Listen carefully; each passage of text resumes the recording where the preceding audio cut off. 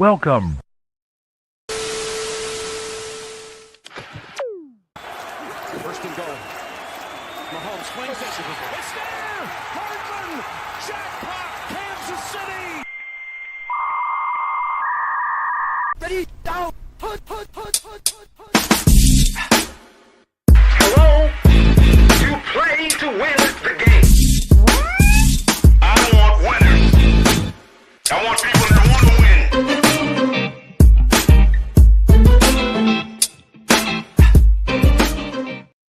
What's going on, everybody? Welcome in. It's the Play Call Sheet. I am Dale, and with me today, we got my guy Metal Watt in the building. What's up, man? What's going on, everybody? It's another Monday at the office. Hope everybody enjoyed their football weekend. Yeah. Yes, sir. How you doing, though? We got two Monday night football games we're watching. Minnesota is up on the Bears 7-0. The Falcons and Raiders just getting underway. So they're still tied at 0 apiece, man. So that's what we got going on today, man. And of course, we're gonna be going over a lot of things that happened in week 15. I'm sorry, it's 10-0 Minnesota. 10-0 Minnesota. That, man. Justin Jefferson already starting early. If you pick him to score a touchdown, the easiest bet of the week. And he's already cashed in. Shouting out Randy Moss, man, as well. We'll talk about Randy in a little bit tonight too. Like, share, and subscribe. STWF TV, man. Like, share, subscribe. BS Media, man. So come on through, man, and rock with the team. And you know, as we do all the time, give y'all fulfilled great Monday night or play call sheet, man. We here right now, man. We're missing a few people right now. They'll slide in at some point. Yep. But we got y'all. Yep. We gonna lead it in. Listen, our featured athlete for this week, he made the cover for us here. Devonte Adams. I know I spelled his name wrong. Sorry about that. Oh well. All good, man. But Devonte Adams goes off, man. It was nice to see. It was great to see. If there's a receiver that I say I still believe in, is this man. Mm-hmm. I can say it because he played on my fantasy team and he started throughout his bad vibes on the football field. Not as a teammate, not as a person, but just on the football field. It was negative, bad voodoo. And yesterday he did come out to play. Shout out to the man. 9 receptions, 198 yards, and 2 touchdowns. And this is a Jets team that probably they're not seeing the postseason. We don't know when they'll see the postseason, but in the second half of play for him to turn up in that way, mind you, I said it again. Let me say it again. In the second half, all that production happened. That wasn't he played the whole game, but it wasn't a half-to-half statistic line. It was a half, literally. Yes. I think it came into a point where I say it all the time when the Cowboys are playing shitty teams. You're playing the shitty team. You're losing to a shitty team. It makes you want to pull everything out the hat. And I'm happy that for the Jets, in a sense, they were able to get the victory over the Jaguars. And Aaron and Devonte got at least a little piece of what he came there for. Because this is what they thought it was going to be. And it hasn't been. So, yes, absolutely. That was exactly what we thought we were going to be seeing. We thought that was a missing piece that Rodgers needed, all that kind of good stuff. And now it's starting to kind of show up. It's better late than never, but hey, it is what it is. You got to make the best of it. I know the Tank Boys will have a problem with it, but it's yeah, man. I mean, the term, man, they wasn't tanking. They said we're gonna go out there and play, and I like that. Shout out to Aaron Rodgers too. 3 touchdowns, 289 yards passing, and he also had 45 yards on the ground. We may talk about somebody later who was more Superman than that, but in this case, Aaron Rodgers with that statistical line for OG, that I might want to retire after that game right there. Yeah. Right. like Right. Go out on top. I ran for 45 yards in my last game. If nobody says I wasn't like playing 100% all these games, then you're tripping. And I feel like he has been playing 100%. Terms of like being there for his and playing for his team. I just feel like it hasn't connected for the Jets in all as a football team, and that's something that they got to think about as they in this season. Yeah, absolutely. Definitely got to think about that. But it's going to be a whole new regime in New York, right? So whole new GM, whole new coach, all that kind of stuff. Like, so those plans have yet to be made. So we'll see what they end up doing. I heard that they were interviewing a few different people. I think Thomas Dimitrov, former GM of the Falcons, they kind of been talking to him. Louis Riddick. Yeah, Louis Riddick. Yeah, I did hear they wanted to talk to Bill Belichick again too. Let us know about the UNC deal. Slightly after that was actually a couple of days after he became the coach, they had mentioned that, and I thought to myself, and I even put it on a Facebook post. I said, "Didn't he already say no to y'all one time?" Yeah. You know, so for you guys to want to talk to him, that gives even more credibility to Bill as a guy. You know, this guy said no to us, and we still want him. We got more money now. We can possibly go get him, but hey, UNC gave him the bag already. So that's they did, which is good for them, and that's why they got the coach they got. And I saw that he's bringing in some kids. I think he signed his first kid earlier today, if I'm not mistaken, inside offensive lineman. Absolutely, and it had Chapel Hill. Hill, you know what I'm saying, all ready for him, man, on Saturday for the men's game. They introduced him. Looked good in that powder blue build, man. And even at the press conference, the best in the dean of the school, perhaps I think it was, he had a sleeveless jacket. So they got to show love for the Messiah as much as they can. And this is the most. This is why college it is, man. Because you understand that you're on campus, it's school life and all that, and then you get into the games, so you can have some fun, you know, in a sense, before the season starts. So house money this season for Mr. Billy and the Tar Heels. You know, it's going to be crazy to see another basketball team get more interested in football. North Carolina's always had some standstill teams, standstill players in terms of getting to the league and things like that. But this coach here of this era, Bill Belichick, it's definitely going to be interesting to see. Yeah. Yes. Listen, Bobby, I don't know how accurate this is, but I'll go with it. Aaron Rodgers needs like 200 yards per game to become the best quarterback in Jets history. Who want to hold that record? That's great. That's great. Yeah, I thought the Saints had a bad quarterback history. That's pretty bad too. So, so yeah, man. All right, let's get into this thing, and let's talk about the injuries like we always have to start off with.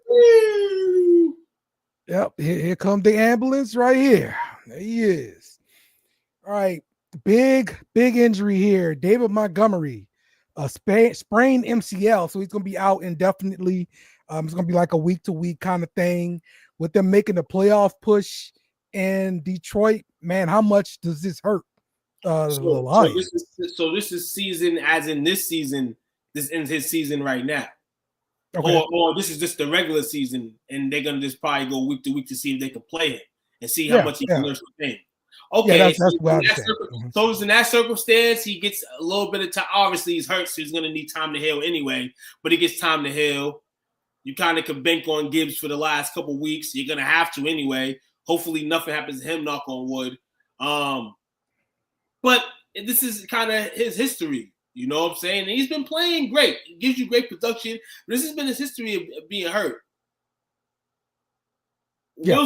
We'll see in the next 3 weeks, 4 or 5 if they get the bye, how it is. Because this is something that we really got to pay attention to, because when he's hurt, he's hurt. I mean, he hasn't been hurt in a bit, but he's one of them guys that when he's hurt, he's hurt. So I want to see how much pain he could tolerate. Yeah, usually for an MCL is 4 weeks usually, and so we'll see about that. But again, man, this is the running back position. This is what happens to them, bro. Like they get injured and these knees get torn up, bro. And I wouldn't put it past him that the turf had something to do with it, because they play on turf. Oh yeah, absolutely. High octane game, hot as hell in there. You know what I'm saying? Making moves. It was a competitive game, man. Somebody out there, it could happen to anybody, man. But in the case of that, and you start your Monday off, with this report that he may not be able to play with you guys for the season. That's the worst part. Losing yesterday, you can get over that. Hey, we're 12-2 now. We can get over that. Right. Not injuries. That's something that's been piling up all year for them, man. The injury list is over 10 people. They lost another defensive lineman too. In the corner. Yeah. So right now you're hobbled up. You're getting banged up. And all you can do is just keep that next man up mentality, man. Let's see if they got it. We see all the risk and gambles.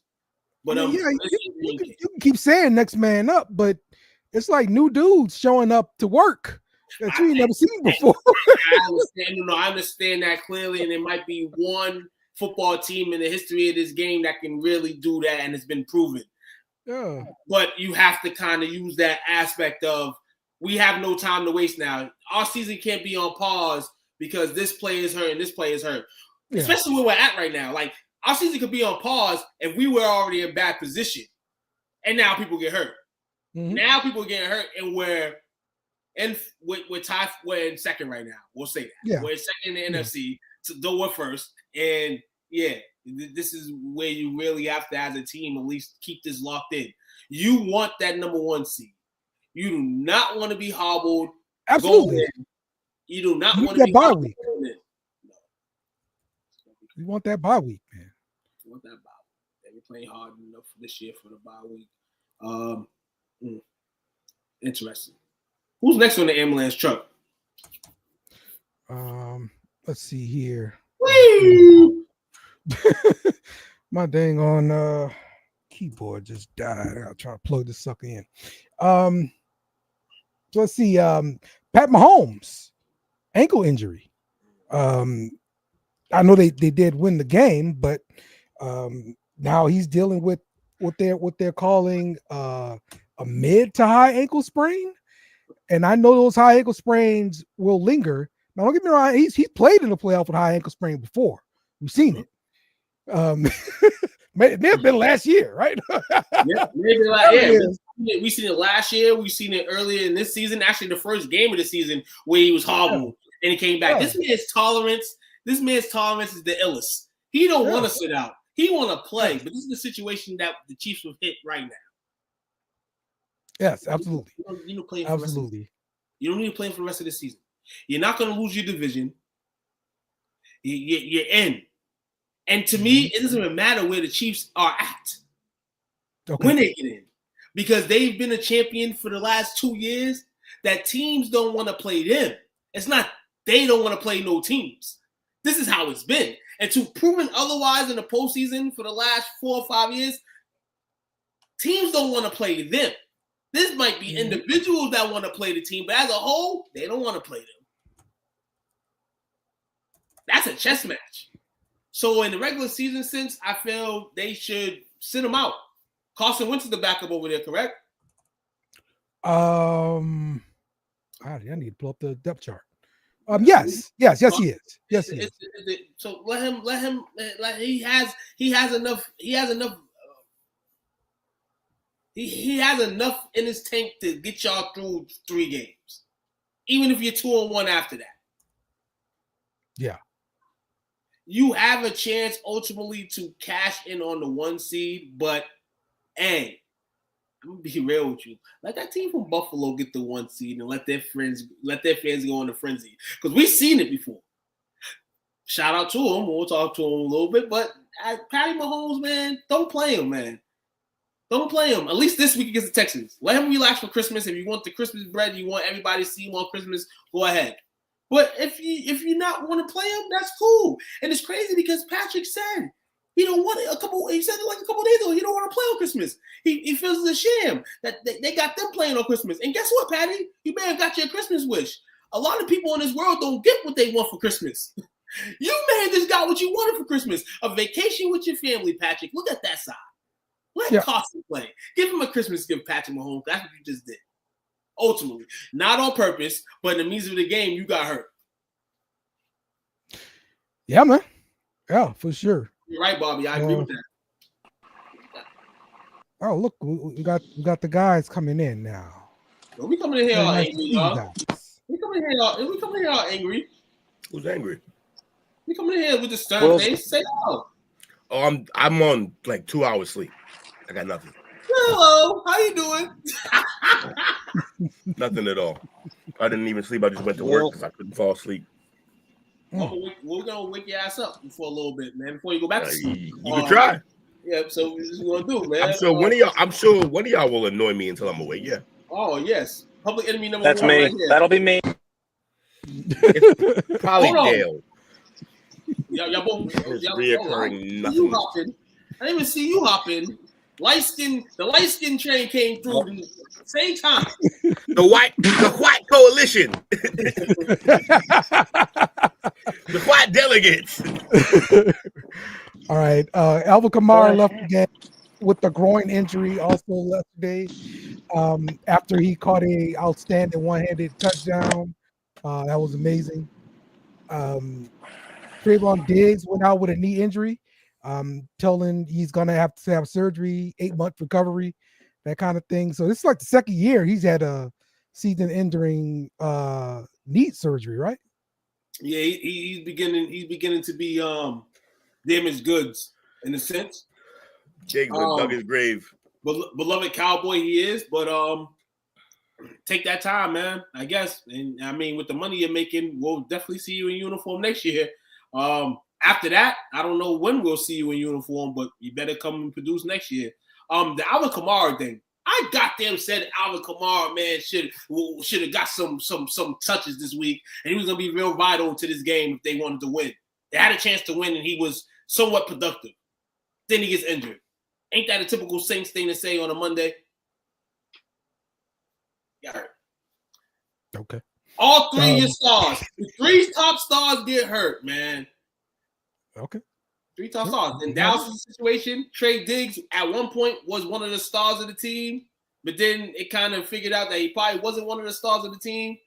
But we gave him a chance because obviously what he gave to us his first year and a half. But honestly, he's not a star of the team.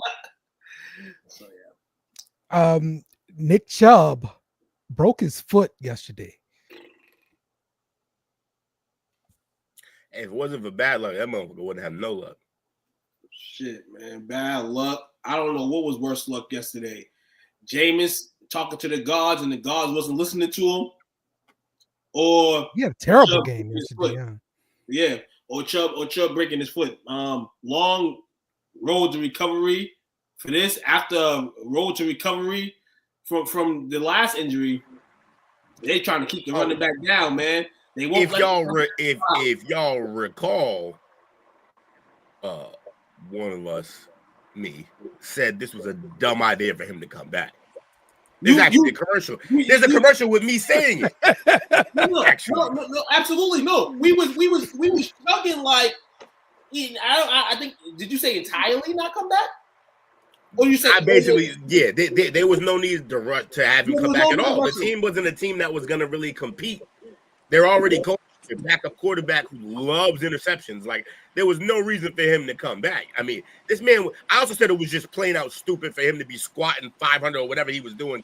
Idiot. Yeah, that's what you were referring to. No. But like, that's the part in the commercial. But the rest of that sentiment was, no, for what? What is he coming back for? There was no need for him to come. What did he rush back for? For this team? I guess, especially when you had Jerome Ford holding it down just fine. Yeah, Ford doing fine. No, don't need this. I just think that the Browns, we know what type of organization the Browns are. We know they kind of let the players take the control. And this is what happened. No disrespect to Nick Chubb. I mean, pun intended. Yeah. You deserve that nature, but at the same time, you're hurt. You want to take care of your body, though. You want to play. We know you want to play. You know you're a warrior. Should have took some extra time off, man. It would have done you. You would have done you the best thing. You wouldn't have lost nothing. And how are we equating the two? Like this was an ACL injury he recovered from, and now this is a broken foot. They have nothing to do with each other. They have nothing to do with each other. But no. See, you always say stuff like this, and like that's just like it's inaccurate what you're saying because it's kinetic change. It's kinetic change. I don't know if you've ever heard. I said that term before, but when one thing is injured, so we're sure the foot he broke is the same ACL on the same leg, the same ACL that he tore. No. What I'm saying is when you rush back from something so major as an ACL, you stress other parts of your bodies when you're doing that. It's just it's undeniable. You cannot not do it. Like it's just part of how it works. If you're like no one's supposed to come back that quick from that type of injury. Remember, this used to be an injury. I know we've advanced in medical science, but this used to be an injury. This used to be an injury that was like, see, the problem is the science has advanced, but the humans have not. Like the humans are still the same bodies. Your body can only take so much. Who started this remarkable comeback? Adrian Peterson's crazy ass. And everyone thinks that they can just be Adrian Peterson. But guess what?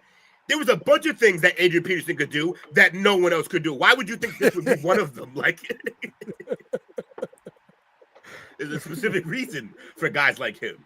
Not too many people get that luck in this world, man, at all. To Will's point, you know what I'm saying? Yeah. So it's like you're stressing yourself out. He's had a wire hanger growing up, so he's tougher than everybody else. And I just don't have to tell people. If you're squatting 500 pounds at some point, it's going to stress you out, and it's going to be at a moment that you don't even think it's going to be at. And this is exactly what happened.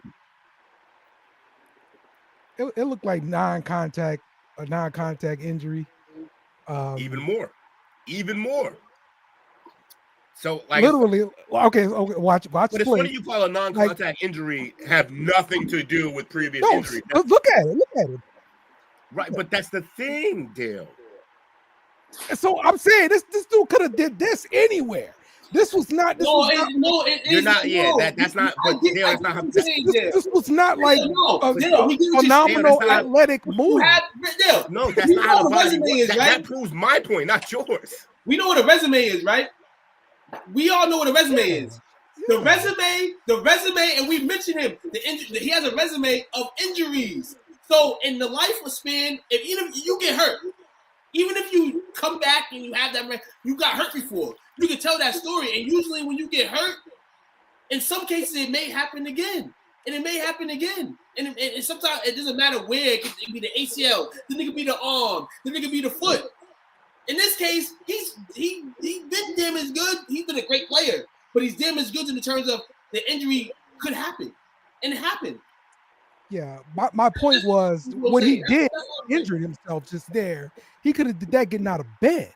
Right. That had nothing to do with even playing football.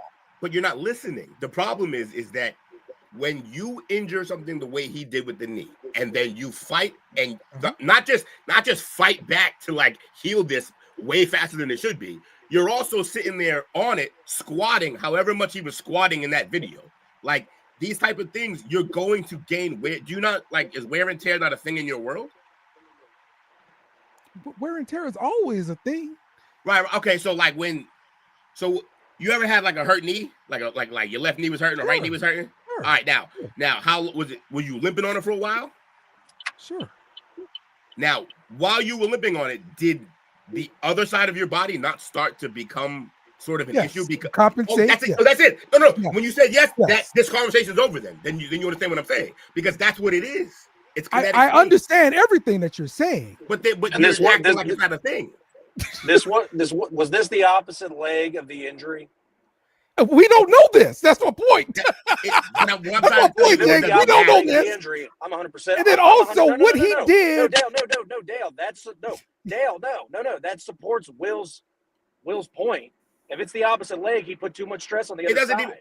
It doesn't even have to be the opposite leg, because no matter what you're doing, when you're doing something that aggressive, you're working other parts of your body that you normally would not have to overuse.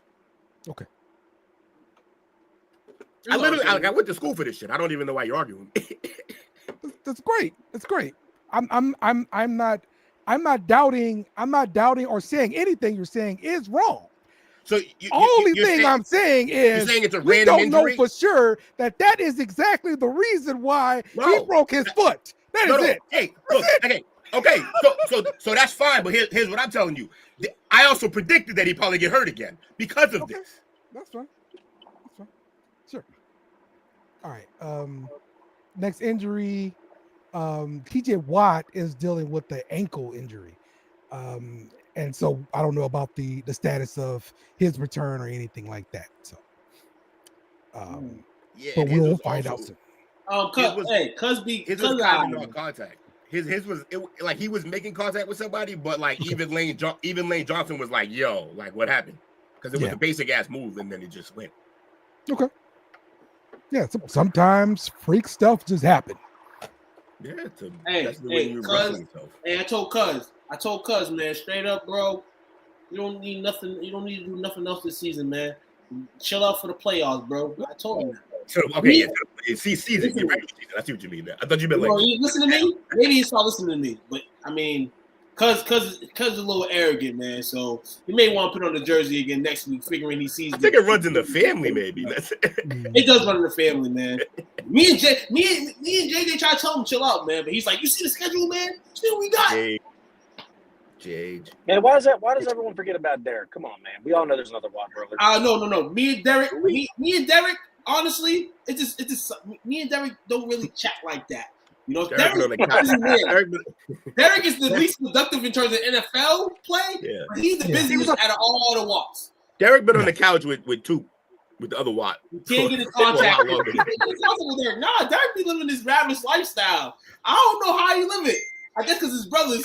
Maybe two brothers who were fucking filthy rich. I don't know. Yeah, living off his brother's name. I told JJ, give me that. Give me the dough you giving him. Give me.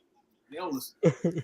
Shit, I was waiting for him to show, but I was waiting for him to show up in the Watt Brothers commercial. Like, why wouldn't he be in part of that? I didn't tell you. No one knows what he looks like or who he is. No, he was in the NFL. I'm not invited. I'm not invited anymore to the family reunions. I'm not invited no more to the family reunions. One year, me and JJ got into it. Family, you know, I pulled out Lacey, and the family got mad at me because I pulled out Lacey on JJ. Me and JJ been cool ever since, but moms and pops, you know, they won't let me ride over to no reunions. They host a reunion, so hey, Jake, what does Randolph Williams look like? Never heard of him. Exactly my fucking point. Hey, Drake London just scored a touchdown for Atlanta. Was a very known fullback. Who scored a touchdown for Atlanta? Drake London. 7-0 Falcons. Yes. Hey, I'm gonna be real with you. As the singer Drake is going down, Drake London's name might blow up. Yeah. Look, I had to argue with Craig. He calling Drake London a bust. I'm like, bro, like it's not even close. Like he's like the second best wide receiver in the NFC South. That doesn't mean Mike anything. Evans. That literally doesn't mean anything. He's not a bust. That's my point. Okay. He's not a bust. Bust is relative to where you were drafted. He was drafted really high to be like a number 2 receiver, basically. Yeah, he's had a decent season this season. It took him a while, but he came around. I mean, same thing with Kyle Pitts. Kyle Pitts came around this year too. Kyle Pitts has been labeled a bust already. Yeah. I wouldn't go so far with Pitts yet. I'm just saying they're in the same scenario. Wait, hold on. Why is that different? They're in the same scenario. No. They're not. So what's different? So we'll say right here. Let's go look at the stats. We're gonna look at what's different. Nah, the QB volume. They both sucked until this year. That's a fact. The QB volume. Kirk Cousins, and we know Kirk Cousins had a bad last 5 weeks. But at the same time, in terms of the other QBs he's had, it's high volume. So right now with Drake, he's got 6 touchdowns on the season. You know, that's his highest total in the 3 years he's been in the league. Last year he had 4. His rookie year he had 2. So it's only stronger production. But now we're not saying Cousins is a top 5 player in the league, but in terms of him, he's going to throw the ball to you and you're going to get the ball. That production there is going to seek for him to keep that production going. The question is, who's going to be the QB next year? But we know Kurt's going to be there for a little bit more. Glad to see the homie, like we all said, man, is at least doing something, man. Shout out to him. Drake London's getting outplayed by a 5'10" number 3 receiver. See, this is what I'm saying, bro. Like, how are you just looking at this and saying, yo, he's totally getting outplayed? How do you look at this? See, I love anybody else. Please look at this. I say this. Stop, Will. Stop, Will. Please stop. No. Anybody else? No. I understand. This is why. Hey. I am not mad at this right now if Mooney is literally leading this. You know why? Because we've been watching the NFL for a very long time, right? Those are the type of guys that get that production, and I ain't mad at it because the side guy Mooney, that's not nothing to brag about that he's over Drake London. Look at how they use him. They use him because he's open. They use him because he's a better player. He's always been on his fantasy team. That's why he's talking about. He's always been that type of scheme guy. He's always been that type of scheme guy. Even in Chicago, there was games where he was producing more than Allen Robinson. I'm like, what the fuck? Because he was better there too. Like Allen Robinson sucks. No, but that's more, and it's not more to any of y'all wrong on the argument. It's just the way I feel like the NFL systems are, bro. Jake, do you Drake think Mooney is just totally outplaying London here with these stats? Talking the whole time too. Can anyone else talk? Is that cool? Jake, our point's not done though. My point is not done though. It was until I started talking. You cut me back. He's not a Jetta. That's what I'm saying. Because once I stop talking, I don't have no more to say. He's not a Jetta. He's not a Chase. He's not a guy that's going to just break over. He was drafted to be. Other guys in that offense that could produce better than him. That's all I'm gonna say. Okay, but Drake was drafted to be the number one, like a Jetta, like all them guys. That's what he was. He was drafted to be that. Yeah, you drafted there, but that don't mean you that. Okay, so if you drafted to be, if you drafted to be something and you fall short of that, what do we usually call that? If he's not producing and getting production, which no. That's not how bust works. So some guys with bust still get some numbers on there. Nah. This man right here is improving year by year. We've seen his QBs the last 2-3 years. Now he's got a decent QB in Kirk Cousins, and he could score total. Okay, but this is why they want you. This is why they want you to cut it because this argument. The argument changing now, Jake. You've changed the argument. I'm laughing with you, Dale. Me and Dale were trying to have a conversation about look at these why stats, Drake Jake. is considered a bust or not. Is Darnell Mooney outplaying Drake London by a bunch here? No, did I say he was? That's the problem. I was trying to tell you when you said this shit. As soon as I said he's outplaying him, your exact response was totally outplaying him. I didn't even say that. Outplaying him. I'm sorry. You like to spruce things up. I get it. Go ahead. Look, he's got more yards on less targets. That's better production, in my opinion. He's got one less touchdown, and that guy's supposed to be the guy. This guy just got brought in off free agency to be basically a slot guy. One guy got drafted by the team to be your all-out number one, 866 yards. Okay, I mean, I guess he's good. Okay, Jake? If I gave my opinion on this, I'd say Drake looks like the number one on the team, but Mooney with less receptions is being more productive. Okay, that's cool. Because of maybe the depth of his targets? That could have something to do with it. Kirk throws to everybody, bro. And it could be the fact that, and Will, I don't know if this plays any kind of a factor. You can just cut me off and say, no, shut up. I say Mooney might even, I don't know, this is just guessing, but he might even be faster, which is why he can break away and get more yards. Same thing with, doing the deep ball and catching for a 49. He is faster. He is faster, but Jake, Absolutely. I've told you plenty of times, speed doesn't equal distance from your defender. What good route running does. He's a better route runner. He's a better player. Okay. Just is. Okay.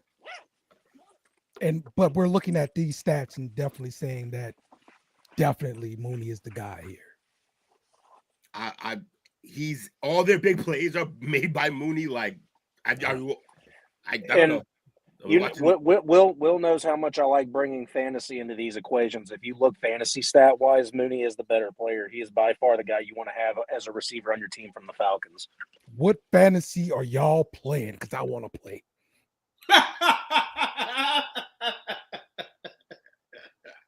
Yeah, I mean, hey, you said, yo, I didn't make the fantasy point. I would. Oh. These points I mean, today. the raw numbers show that he's not. I don't know how we got there. These points today. I'm telling you. Woo.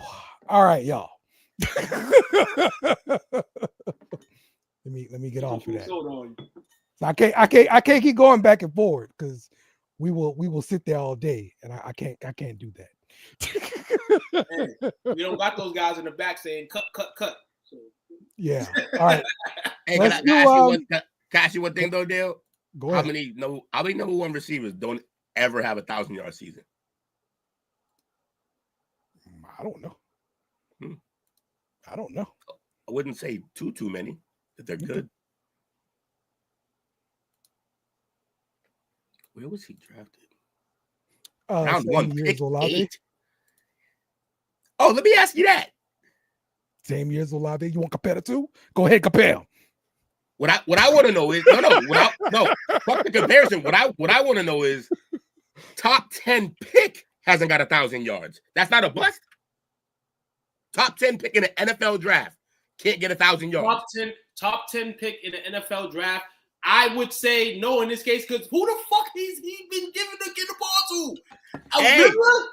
Hey, who was throwing to Nuke all them years? Fucking no one. And he was getting 1,000-yard seasons. Okay, so he's not Nuke. No, but this is what he's not him. This is why I think he was drafted higher than Nuke. No, but this is not him. This is That's why cool. There's nothing wrong with that. This is why I said he's not. This is why I said he's not a Jetta. He's not a Chase. He's not none of those guys. Right. I'm not saying he's that. And that's the problem. He's supposed to be. Nuke is one of those guys. Nuke's one of those guys. I kept it to the NFC South first off. NFC South. I said he was the second best receiver in the NFC South. That's what I said. See that makes me think you disrespecting your own teammates again. Because guess what? Both of your receivers are better than him. Both of them. Cool. Okay. Put up better numbers. All right. I don't think he's the number 2 best receiver in the division. It's the worst division of football, by the way, just so we're clear. It's the worst division of football. Hey yo, maybe number 2. That's awful.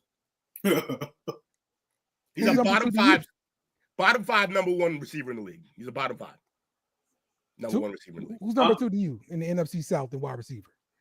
Mike Evans number 1. Who? Mike Evans number 1. And then Olave number 2. And then I would just rank right now number 3. Yes, sir. I mean, right now you win. It could be Drake, but it could be Mooney. Olave he might not be the number 1 on his team. Okay. but Mooney, sorry, but Olave, if healthy, 100%. Back from the concussion, yeah. Olave's number 2, no question about it. Olave also like Evans. Healthy Godwin's better than him easily. I was gonna say Godwin at number 2. With the injury, I decided to slow down. But nah, that's 4 receivers in that whack ass division that are possibly better than him. There might be a Carolina Panther better than him. I like Legend. Legend might be. It's cool. Yes.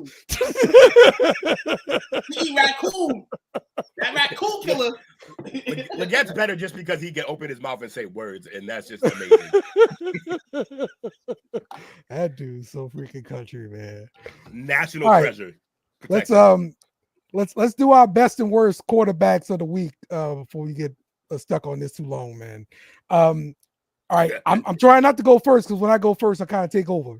So, anybody else want to go first to this week? Name your top QBs of the week, man. He's doing great. Every time the opportunity sees himself, he always finds he's just a ghost. I just got home. Give me like literally. Yeah, you're good. You're good. We'll 2 minutes. He's 2 minutes. All he ever needs. Hey, Will, check the STWF chat. I'm pretty sure there's login code for you. Oh shit! Look at them. Daniel Show Jones. me love. Said what? Anybody got you got anything? Best and worst quarterbacks? Oh man, best and worst quarterbacks of the week, man. Can I say number 1 worst quarterback of the week? your guy, Jake Hayner. He had to be in that position. I'm sorry he had to be. It should have just got went with Rattler, and we all found out that they should have went with Rattler, and they ended up going that way. So that's number one worst QB of the week. It is not his fault, though. They knew when they took those modeling pictures of him, it was over. Number 2, quarterback of the week, Meme Levis. That's what his name is now. Meme Levis. Another meme he's on. Yeah, he's trash. And Mason Rudolph is outplaying him. So Mason Rudolph should have that spot for the rest of the season. Third, worst QB. Listen here. We said he was on a trend up a little bit. Just giving him hope. My Cowboys said, fuck you and that team, and y'all tickets are $1 if they go to the game. Bryce Young and the Panthers. Fucking 4 turnovers. I'll take it all day, every day. And then to round it out, Anthony Richardson and Tua Tagovailoa. Worst QBs of the week. Best QBs of the week played in the same game. Jared Goff, Josh Allen. That's the bar. I gave Aaron Rodgers some shout out to Aaron. I said, Will, you missed it. I said Aaron Rodgers should retire on the game he had yesterday. Man had 45 yards yesterday. Yeah, call it a day. Seriously, though, you're right. Yeah, man, production. Joe Burrow, Joey Ice, and yeah, that's about it. Yeah, for sure. All right. Troll. Will, you got your best and worst quarterbacks of the week? Daniel Jones for the worst. Who was Daniel Jones didn't even play. Yeah, love it. I love it. Let me see. Who did I had a list for this. Let me find it. If anyone else can go while I find this list, because I had to sign in. I got disturbed. Is Jake still not here? No, I'm here. I'm ready to go if you need me to. Let's go. Bang yours out. Yeah, no, definitely number 1 worst quarterback, Will Levis. You're trash. Mayo. Hey, yo, we can't really make fun of him for the Mayo no more, though, because he got a deal out of that. Yeah, he did. Shout out to bro. He did. Yeah, he got a Mayo deal out of that. So shout out to bro, man. You get the bag. We can't really get at you no more. I feel like I'm unfairly picking on this, but you should. He's awful. No, not him. I'm talking about Tim Boyle for the Giants. That is a little unfair. It is 12 of 24, 123, 1 touchdown, 1 interception. The touchdown makes it look a little better, but you only threw for 123 yards. Say JUCO, come on. What the hell was he doing in the game? They don't like DeVito no more. He sucks. Oh, the Giants. I thought you said the Jags. No, Giants. Oh, my bad. Did I say Jags? My bad. Yeah, Giants are a horse fire, man. You have blimps rolling out of the stadium like Mar fixed this garbage dump. Garbage fire, yeah, man. Yeah, the Giants, yeah. And I don't mean to, rain on Tuke's parade or nothing, but fuck Aaron Rodgers and fuck Joe Burrow. The best 2 quarterbacks in the league that only need to be talked about was that game against the Bills and the Lions. Josh Allen and Jared Goff put on a fucking show. Everybody else, I don't even care. They couldn't have matched what they did. So shout out to those guys for that great game. Yeah. Josh Allen clearly best. QB1 right now, by the way. He ran a couple in, right? QB1 in the league right now, by the way. He ran in a couple, right, Will? Yeah, he did a whole bunch. I was about to say, because I like Jared Goff because he threw 5 of them. But Josh Allen, if he ran a couple in, he pretty much tied or did more touchdowns than Jared Goff. Jared Goff, though, he's still in the MVP race. No, he's not. He's not. Well, he's in the race. He's in the race, but the guy that is ahead of him just fucking crushed it. It's over. It's over. And I'm happy you got to this because there was the amount of people here that Jared Goff was the pick. And there was a disagreement. But yesterday showed it all. It showed it all yesterday that this man Josh Allen, take the MVP because you know why at the end of the day what we all say. That regular season award is a good achievement to have, but what you're looking for is to try to get a ring out of it. You're trying to get a title. So Jared Goff continue to play, continue to strive. You was in those votings, man. You're using the rankings all week, every week for the last 18 weeks. But yesterday it came down to who was going to win that game. And even if you won that game and say Jared Goff, I think Josh Allen will still be the MVP because you see what he was doing with less. I'll say less of a strength of teammates that can produce. And Josh Allen's making studs out of guys. So shout out to that man. Yeah, I think it's over. The STD MVP for sure. So there's no more Saquon talk. There's no more. Hey, look, he could fucking babackwards, sideways hurdle somebody again next week, and we might be right back here. So like, right, you're right. He could go for defense. He could go for 300, 400 against Dallas defense, and that would give him to him. But yeah, the way and I want to vote for Saquon. You know. Just because for like power to the running back, also he came back like all that shit. They should have paid him, or like there's a bunch of reasons to root for the kid this year. Yes, and it's not gonna matter because Josh Allen's going crazy. Yep. So shout out to Josh. I agree. Also, I think another thing that was great is that Josh did that in a game where his defense just. I mean, look, I get that the Lions are really good, but they didn't really stop them at all. So like. He had to go out there and basically, and if we're talking about who has better weapons, like this is one of the best groups. We didn't think so coming into the league, but it's one of the best groups Josh Allen's had, and still it's like a fraction of what the Lions are working with overall. So I just think I think Josh is playing out of his mind. So I got Josh for the number one QB. Jalen Hurts had an amazing week. Yeah, man. Let's talk about it a little bit, man. That threw a pass in the red zone. He threw a touchdown pass in the red zone. I was like, holy shit. They didn't let him off the leash. We seen all the smoke that was brewing last week between him and AJ Brown, got him involved. I mean, you could predict that script that he would get involved. There was some dancing, a little bit of joy for the television. They knew they was on TV, so they had to portray it that way. I still think there's a little bit more smoke because there's still season left. And in the world we live in, and Jalen Hurts, shout out to him, but we know that he's going to go back to his own complex self. The Eagles are going to go back to what they want to do. But that doesn't mean that they're not going to have a chance to win. This team right here is the best team in football right now. 13-0 Minnesota at the half here. And also, I wonder, is it the league's fault that these receivers turn diva and kind of just stay that way? Because he pitched a bitch and then got fed the ball. That shit works. So complain and you will get the rock. It works. Yeah, complain you will get the ball. Gets the oil. I feel like that's like the wide easiest receiver 316. That's like the easiest thing to bet. No bullshit. If somebody goes publicly about how much they're not getting the rock, it's like the easiest bet, I guess, to go for him the next week to produce. Yes. Because it seems like there's a like problem. It always happens. It always happens. But that's a problem. That's why it's a problem that's never going to get fixed. Because y'all keep feeding that wrong wolf. Like, that's crazy. Absolutely. All right. So let me go to my best and worst quarterbacks. And, of course, my worst quarterback, sexy Jake Haener, went 4 of 10. 49 yards, 1 interception. You like Jake. Jake fucking wishes. That's racist. Maybe. Probably it's me. You and your sexy ass, you sit on the bench, you'd go to UFL. All right. You too sexy for the NFL. All right, go to UFL. Sexy for the NFL. I'm too sexy for my shirt. Too sexy for a helmet. Leave that shit on the bench. Oh man.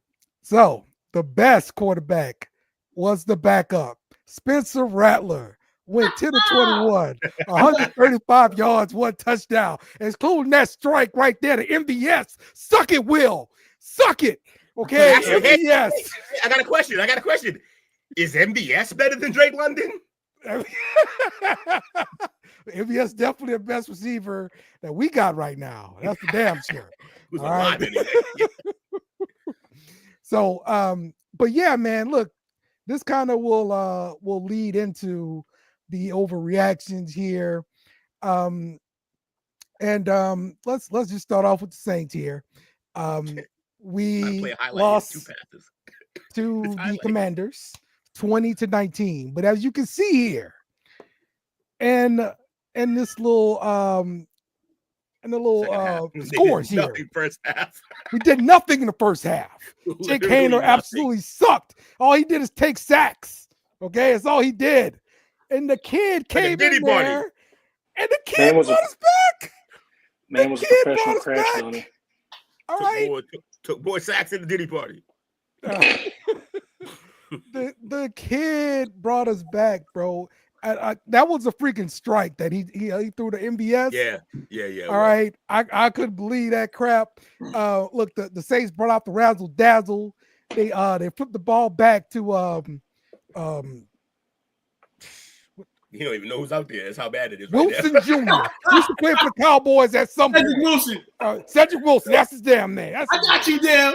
You know what I'm saying? Cedric Wilson. He threw the deep ball. Actually, he been doing all right.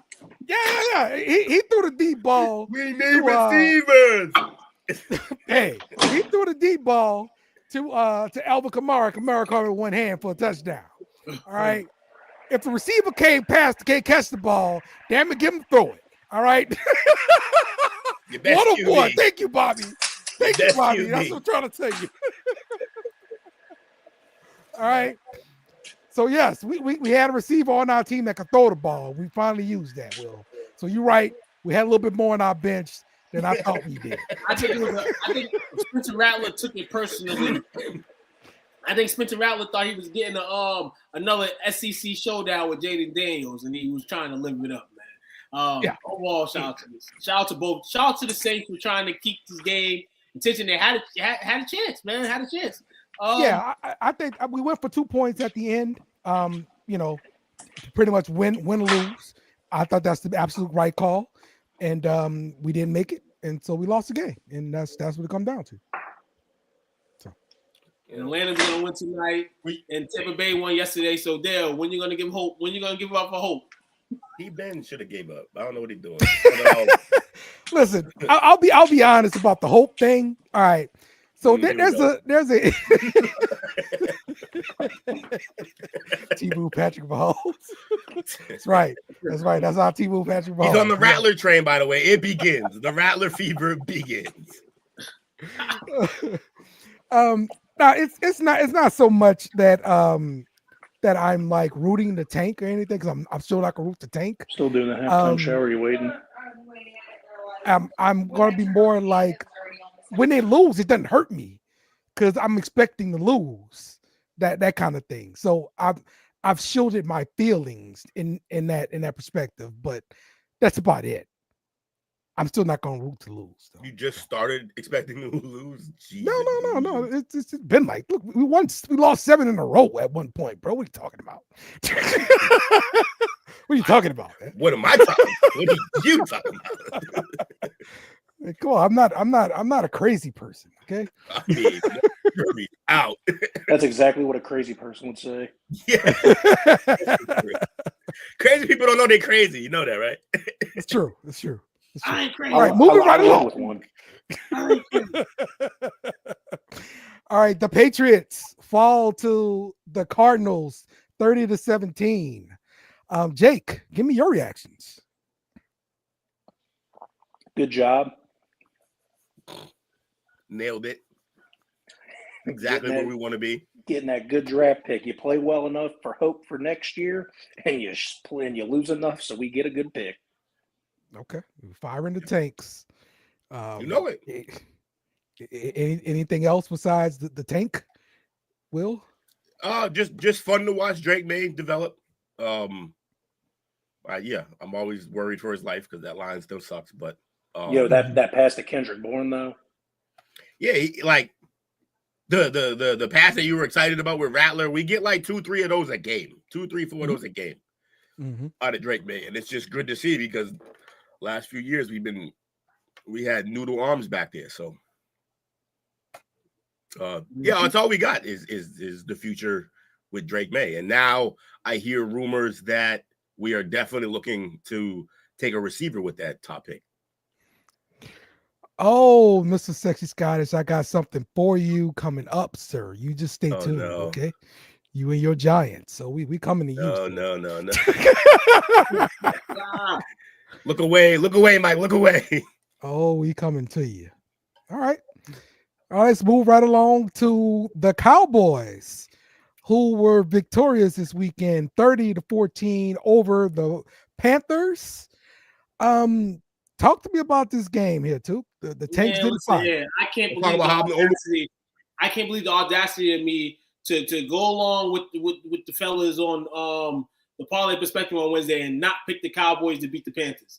Now, a dummy should know, and I'm a dummy because a dummy should have known that the Cowboys was going to beat the Panthers 7 times a week, 8 times, and we feel good.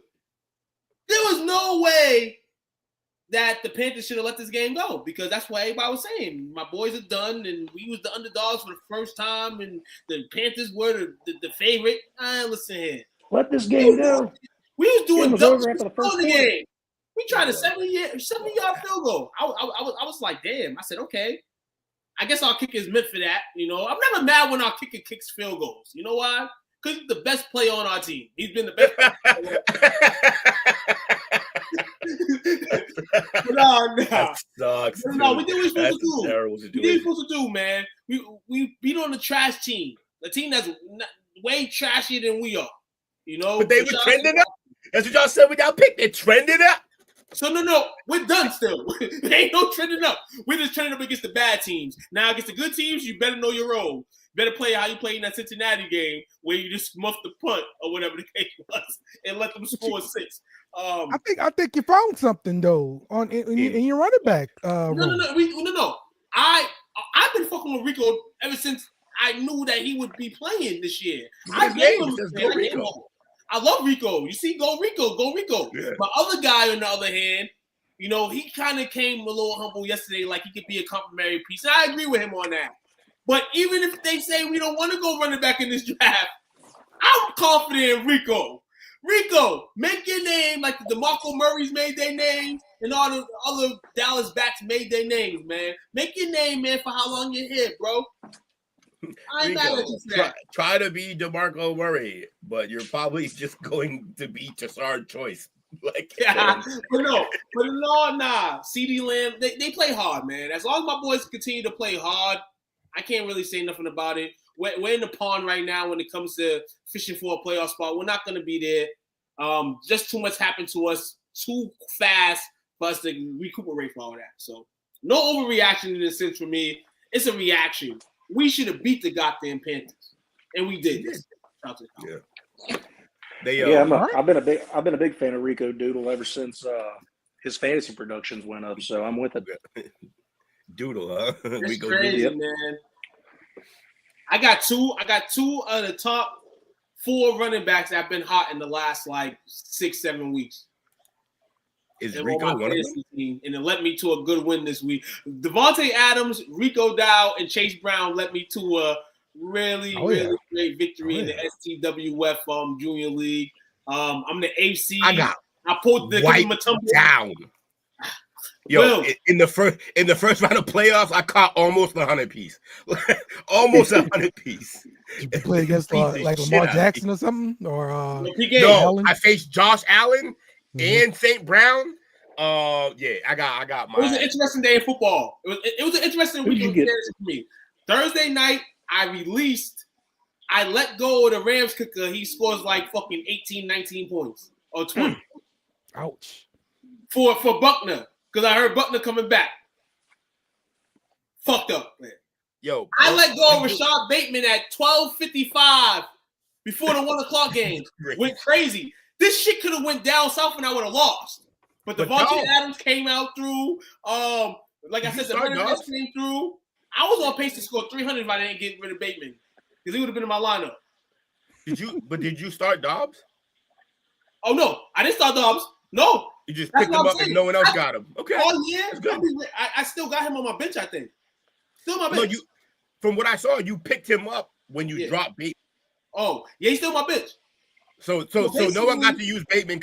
No one got to use Bateman. You dropped him too quick, and then no one got to use Dobbs. You're just playing snooker out there. I like it. No, but I was telling y'all, it works. I haven't paid attention to none of that shit. So I say, yo, I really got to be on my shit now. I got a chance to win some cash now. I got to be on my shit now. Damn, I'm sad I'm not going to play Will, man. I was looking forward to it. I foreseen the rise of Bateman when I was beating him with Will, or beating Will with him. Yo, Bateman, he had like 7 touchdowns with Bateman. It was annoying. He kept running the read option and just throwing the slit, and no matter, I could put a guy in the lane and it wouldn't matter. And then what was pissing him off more is Will knows that he doesn't have breakaway speed, and he was breaking away every time. He was breaking tackles like he was fucking Jacobs or King Henry. It was retarded. He's amazing. Updating the Falcons game. Falcons got 2 points off of safety. Alexander Madison lost 1 yard in the end zone. So it's 9-3 Falcons in the second quarter with 4:05. Yes, indeed. Yeah, so you ran into Josh Allen and Amon-Ra. Jamie ran into Josh Allen and Cook. It was tough. I got Josh Allen, St. Brown, and Jacobs I ran into, and he literally could have beat me with just those 3 players. No one else. And the crazy thing about it is, the Even homie, with that, Jacobs the homie had, guess what was his backup QB? Who? Goff, who had more win. than Josh Allen. That's Yeah. crazy. I was paying attention to fantasy for the first time all year yesterday because it was important. And I was looking at the game between Will and shout out to I believe Connor is his name, that's gonna get the victim. That game, I said, yo, 1 o'clock. I said, yo, Will. I said, shit, Will might edge it out. And then that game happened. That whole plethora of that game fucked up any chance that Will could have had. I had 134 total points. He had 110 with 2 guys. Jesus. So, Will, I need an opinionated question here. Dale and Took, you can answer too.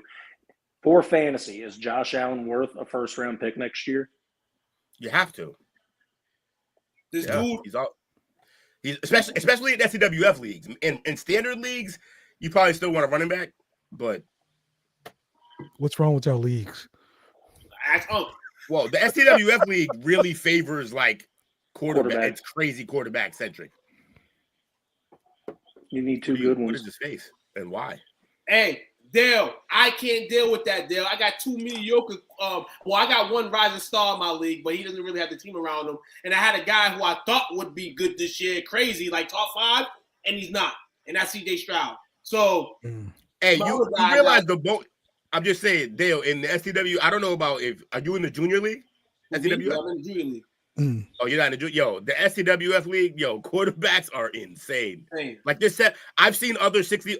All the 60 or 70 point games have all been quarterbacks. No other position. That's insane. No other position. I'm defunking a league this year just so I can join STWF next year. I can't run 2 leagues and be in a third, so I'm defunking 1 league and coming over to y'all. Devonte Adams had 56 points yesterday for me. That's crazy. Y'all gotta fix some scoring. Darnold almost threw another pick. That's with the scoring, man. He give out there's bonuses for certain plateaus. He does. Yeah. Oh, okay. I'm waiting on my bonus this week, man. Where my bonus at? No, you would already got it, fool. That's terrible. Okay. All right. Let's take a quick break, and then when we come back, we're gonna get into some discussion topics, and then we're going to do our power rankings, of course. So stick with us.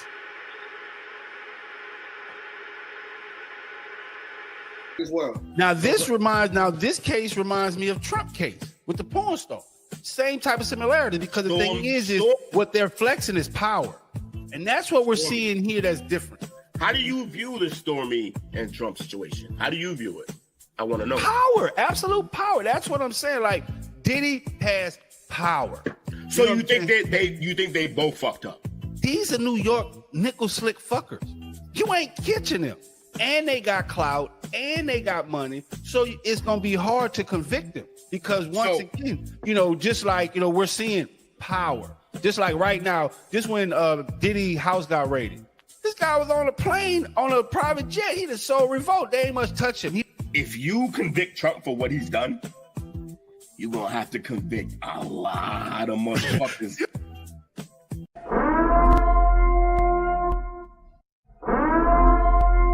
This is an emergency message. Stop what you're doing and hit the like button. Also comment and subscribe. Thank you. We now return you to your program. Welcome back to the Play Call Sheet. Oh, man. So I said we were going to get into some discussion topics. And right off the bat, I'm coming straight at you Mr. Sexy Scottish. Last week, the Saints played the Giants in New York. And I heard on the internet, the Giants hired an OnlyFans models to flash the Saints on the sideline. Here is a screenshot of the little text message with the OnlyFans model. This is her in the stands like this, topless. So, Mr. Sexy Scottish, your guys are not firing the damn tanks. Okay, they try to do anything they can possibly do to win, and it's not working. Some hardcore nipples at MetLife. It was cold. And they hide that. I mean, shit. The way it's going, you'll get some of your money back. Terrible ass team you got by having some models at the game. Wouldn't that be great? Like, you just got somebody flashing you behind your bench the whole time. It's amazing. Shout out to OnlyFans and them understanding the life of a underground rapper. I wonder how much does it say how much they paid her? No, it doesn't. It doesn't go into that detail. He's an OnlyFans model. I'm sure it wasn't much. That's worth at least. Hey, no, that job's at least worth 20 bands because you might get fucking 20 bands. It is hilarious. I'm gonna tell you exactly what she got. And you think it takes 20 bands for a woman in New York to take her top off? It is crazy. Bro, they charge. Hey, no, I ain't saying that. Yeah, you're all. First of all, you're ratting on yourself. Second of all, you're not 20 bands. Hey, no, I got a friend of a friend that never mind. Nah, don't let it be you. Stop. There you go. Hayner wasn't worried about her. I don't think she was his type. Yeah, he seems like he's already in Candyland for that bit. That locker room this time, huh? Jared Goff, Mike Evans, Adams, and Jacobs. Damn, you had that whole team? Shit. Yeah. Bro, you played in the 6-man. So lineup. Jared. Oh yeah, Goff. Yeah. So that's what Goff scored in You said I'm not for this. I would have hired a Lizzo size girl. I'm ready for Cam Ward or Sanders. Shadour's gonna come with Prime though. You ready for that? That's great. That's great. All right. Nah, the Giants will fuck it up and draft Will Howard. Probably. So that's the Giants there. Let's stay in the same division here. And I want to know what's going on in Philly because we had Nick Sirianni trying to come over there and talk to Jalen Carter after like a blatant hand to the face and all this stuff. Well, we got Dom, the security guy, and also the defensive line coach preventing Sirianni from getting over there. Like, coach, you don't want them problems over there by Carter. Let me save you, coach. Yeah, that's a large, angry man, and there's only one way the situation can get worse. It's if you talk to Sirianni face to face. So yeah, They did the right thing. But they was winning, bro, and this crap is happening. What the hell? I think that's what happened. He said that happened on the field, right? He did something on the field. He slapped dude dead in the face. Like it was blatant. Like, he gonna get a fine for that. That's what I'm saying. And that's why Sirianni's kind of heated at it. They winning, so what? You still have sportsmanship on the field. You did that. I mean, like you said, maybe it was a good job for these guys to back them up because the way Sirianni was posting at it was like he was a D lineman too, and he was going to square up. And he was. And listen here, we don't need that on your front page of the Philly, whatever it's called. Yo, they really just didn't want this square off because Carter probably would have hit him in the head with a helmet, and then they would have had to get him off the team. And so they really want him to stay on this team. They need him. So like, let's not even let this thing happen, which is crazy. He's good enough that they're just like, yeah. We gotta keep him away from coach. That's it just crazy. Seems like everything around here sometimes just comes back to the coach. Even when the coach ain't really trying to even be in it, it comes back to the coach. Mm-hmm. Now we got this week after we trying to get rid of AJ Brown, Jalen Hurts disagreement. Right. Coach is in it. And last week we said, why we bring the coach into that type of shit? Well, there's a reason why we bring the coach into type of shit because this coach is just like this coach is like that. What I don't get is like the what I was saying about Sirianni is I don't understand his fan base wilding out when they're winning so many games. Like they just like him, but it's like, yo, he's winning games. You can think he's a piece of shit, but guess what? Philly fans, you guys aren't great folks. So bro, it's Philly. They're never happy. Right. Yeah, I understand that, but let's not pretend like you just don't like a guy. Like you're right, they're never happy, but they usually don't shit on winners. When you're winning, that's the only time you could be okay in Philly. Usually, I'll be heated too. I'll be heated too if Boston's cheesesteaks is better than Philly cheesesteaks. I'll be mad too. Ooh, cheese widgets for bitches. Eat real cheese. Hey, I would be mad too, Philadelphia. You know what I'm saying? All my Philly fans here. Broke asses eating cheese whiz in your subs. This is great. Okay. All right. Next one comes courtesy of Coach here. Tell me, do you think that Barkley has been one up now? My guy hurdled two guys. My God, kind of. No. In a single bound. Nah, because that second dude who technically kind of got hurdled backwards is a mark. He's a mark because he literally just I do this shit in 2K every day where like I just want to be like the guy who tries every time and I hop into posters. Dude's just dunking on me. I didn't even have to be in that play. That's what he did. He basically hopped into a dunk poster. There was no need for him to even be there. Like, yo, this man, your bro just got hurdled and you decided to join him? He said, I want in. Yeah, I want a nut tap on my fucking helmet. That's what I want. But your balls right here is what he asked. See, like, look, that's crazy.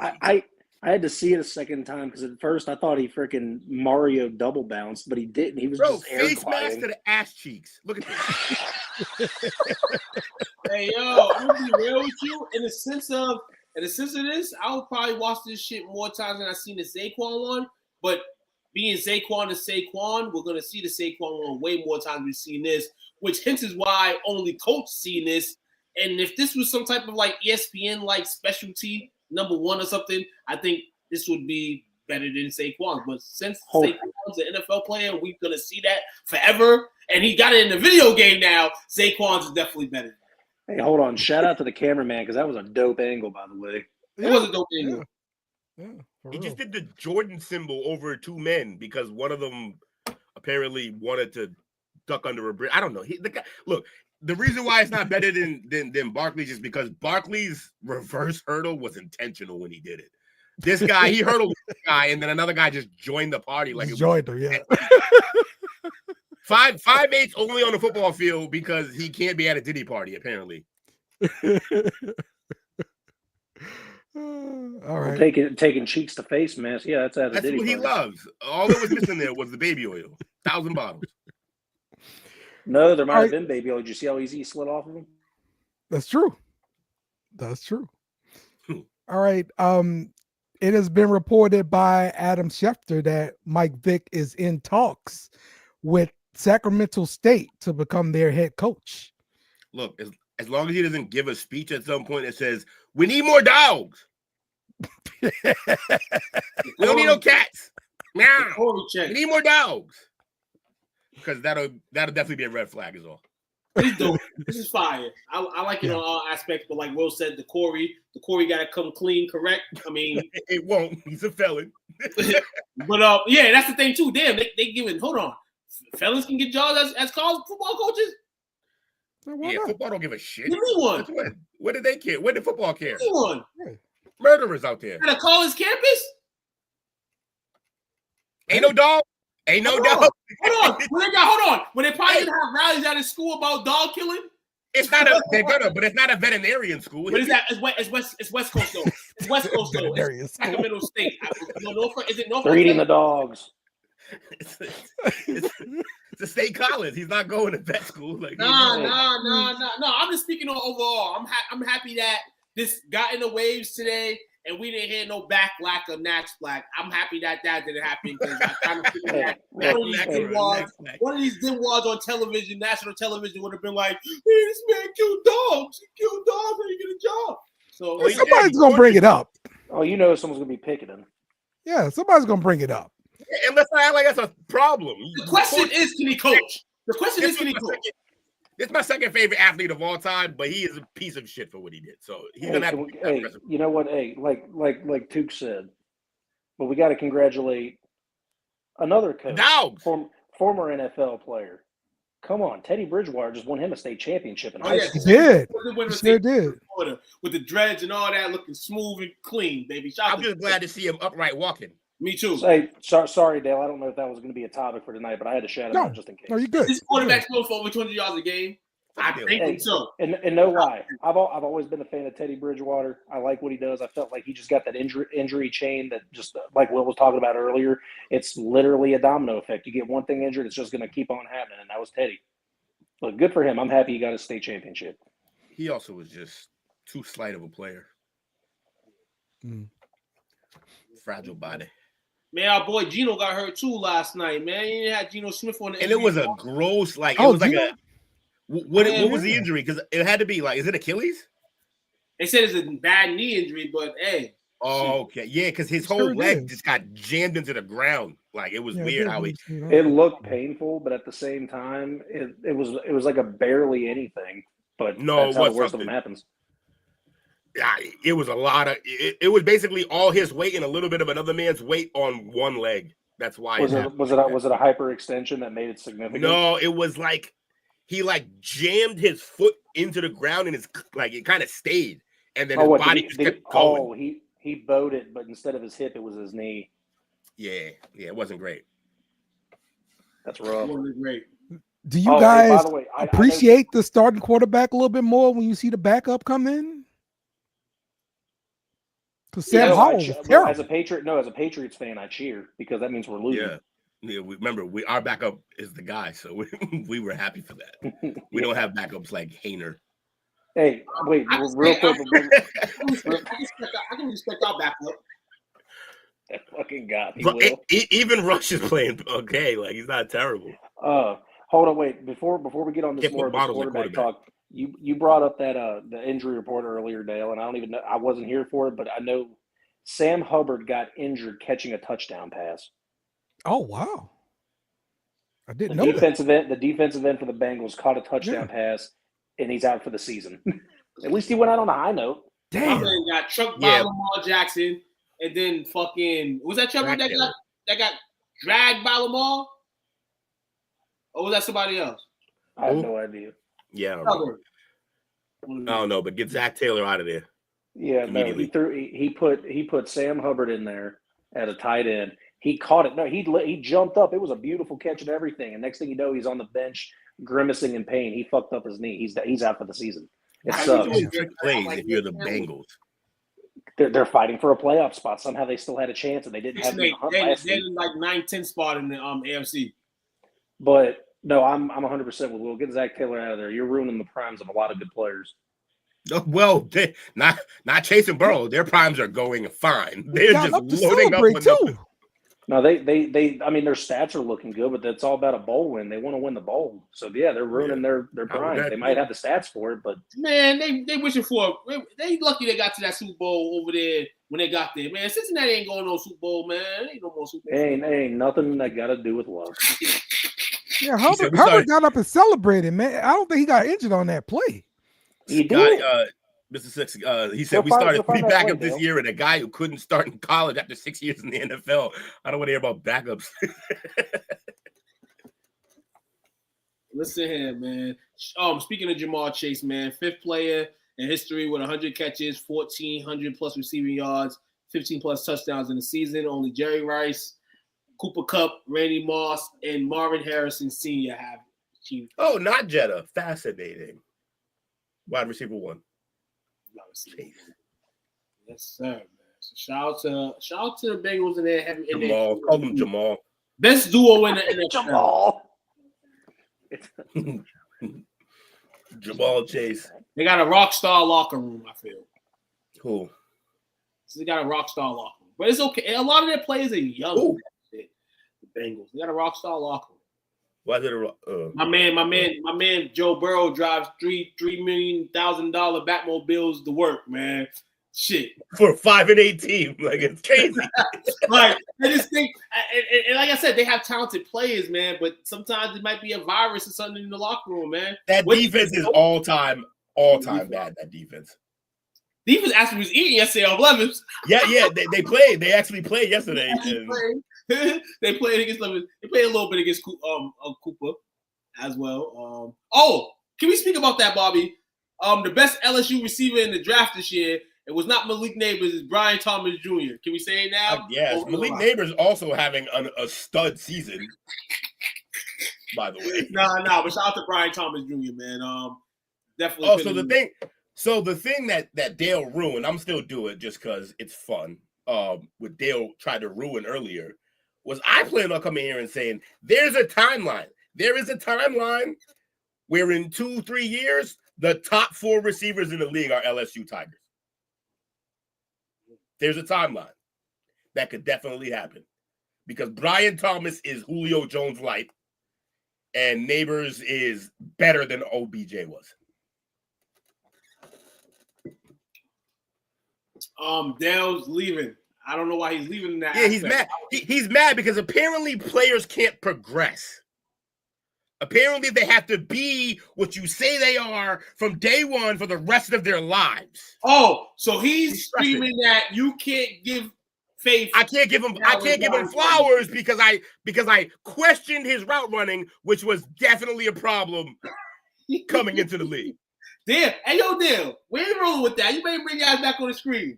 Bring your ass back on the screen. All because somebody doesn't like a player at one point doesn't mean not even that. Like, it didn't say I didn't like him. Or not like him, or maybe criticized a simple part of his game that he needed to fix. And he apparently has fixed it. He's playing well. And Dale's like, this has been him forever. Because you're an LSU fan, you've seen because I watched the freaking game. So did I don't went there and read go routes at LSU. Freaking stuff from a freaking scout. Oh my God, I don't watch LSU. I watched the freaking games. That's what it is. Go ahead, bro. And that's the whole thing I was saying from the beginning. You don't watch the game. I do watch the. They don't watch the game. Yeah, he's crazy. That's what they do. They write their little crap. I watched the game. The man don't run just 9 routes. I don't watch the games, but I be bringing up players that you don't even bring up about your team. So I don't watch the games. My man Thomas Jr. is turning the hell up right now, man. It's great to see. It's great to see Matt Jones got a real receiver finally. After all those years with the Patriots, he finally found his number one. Yeah, that's the best guy he may have ever played with in the league for sure. Like, and I thought that his stats would deteriorate with Mac Jones there. It seems like it's getting right back to where he was with Trevor. So with Mac. See, the thing with Mac, Trevor actually had like some chemistry with some of the other guys. Mac just throws to him. That's it. Yeah. Like Mac drops back, and his first and only read sometimes is just BTJ. That's it. I hope that man gets over 1,000 yards this season. Oh, he'll get there. Oh, he's at 960. He's like at 963. He's gonna have to stop playing and not get it. Dale, appreciate people talking good about the BTJ. Also, Dale, you can't get love if you don't let it in your heart, man. I came here I came here to give the man flowers, and you just want to be angry. So hey, you gotta let people angry because I was saying the same thing from the beginning. Like, but it wasn't that at the beginning. They never have all the information. Never, bro. They make these assumptions because you start looking at the highlights. And yeah, he had a lot of highlights like that. I guarantee he did, yes. But I know the man had routes over the middle and short routes, all this other kind of stuff. Like, I watched the games. I watched the games too, and I wasn't you remember that I made a whole argument before I ever mentioned the scout. The scout got mentioned like 3 weeks later when I brought up the scouts. I was watching the games, bro. His route tree was limited. I used the scouts to back up the point that I had already made based on I think these two guys' games come about. Are you talking about NFL games? No, I'm talking about no. He's talking about LSU. I think that's what I'm saying. I think Dale, in the sense of, was like, I've seen this man and his college roots, and I'm trying to see Will was talking about the NFL games. Oh, talking about the college games. No. I was talking about in college, his route tree was limited. Yeah, what Will is saying now, he's gotten better. He learned everything he learned No. from Jacksonville, and that's how he No, became a good route runner now. I'm saying like that's what he's saying. Game. How about first of all, I'm saying he's been doing this. That's what I'm saying. Okay, but you confuse production with okay. That means he's good at everything. No, it doesn't mean that. Some guys can produce. All right. Once again, I watch the games. So do I. That's cool. I watch games. Ravens. Hard Knocks, AFC North. I didn't watch the second episode yet. So yeah, the second episode was out. Some of the highlights I took from there, man. The rivalry, the hate in the division is so strong. We went to talk to Joey Porter, and Joey Porter Jr., of course, right? And Joey Porter Sr. he's in his chair. You know, he got neck surgery. You can tell his neck's stiff and all this kind of stuff. Just sitting there like this. Yeah, but they talk to him in his living room and stuff like that. He's like, man, look, it goes so deep. It's like, listen, I never had crabs in Baltimore before. You know, I never had that crap. I still will never have it. Is the wives, they put on the jerseys of their husband. They go out to the away games and they have a night on town before the games and stuff like that. He was concerned about his wife putting on his jersey and going out in Baltimore, like Baltimore or something like that. Yeah. And he's like, you don't want my jersey. What's somebody else's jersey? You know, because they really hate me out here. Talk that crap. And then like some of the other stuff was of course Jameis Winston with his speech talking about he prayed that the Lord delivers him from pick sixes. Lord ever. He's a gem. I love the guy. I fucking love the guy. He's amazing. Jameis is crazy. Protect Jameis. I can't wait for his post NFL career where he's on the mic just saying wild stuff. And then he goes to those crab legs, and that's the show. Folks. Leave him alone. Man, we're trying to eat. So good though, man. So good. Worst things happen over crab legs. My man was doing crab legs out all day yesterday. And the more I watch Hard Knocks, the more I fall in love with Mike Tomlin as a coach.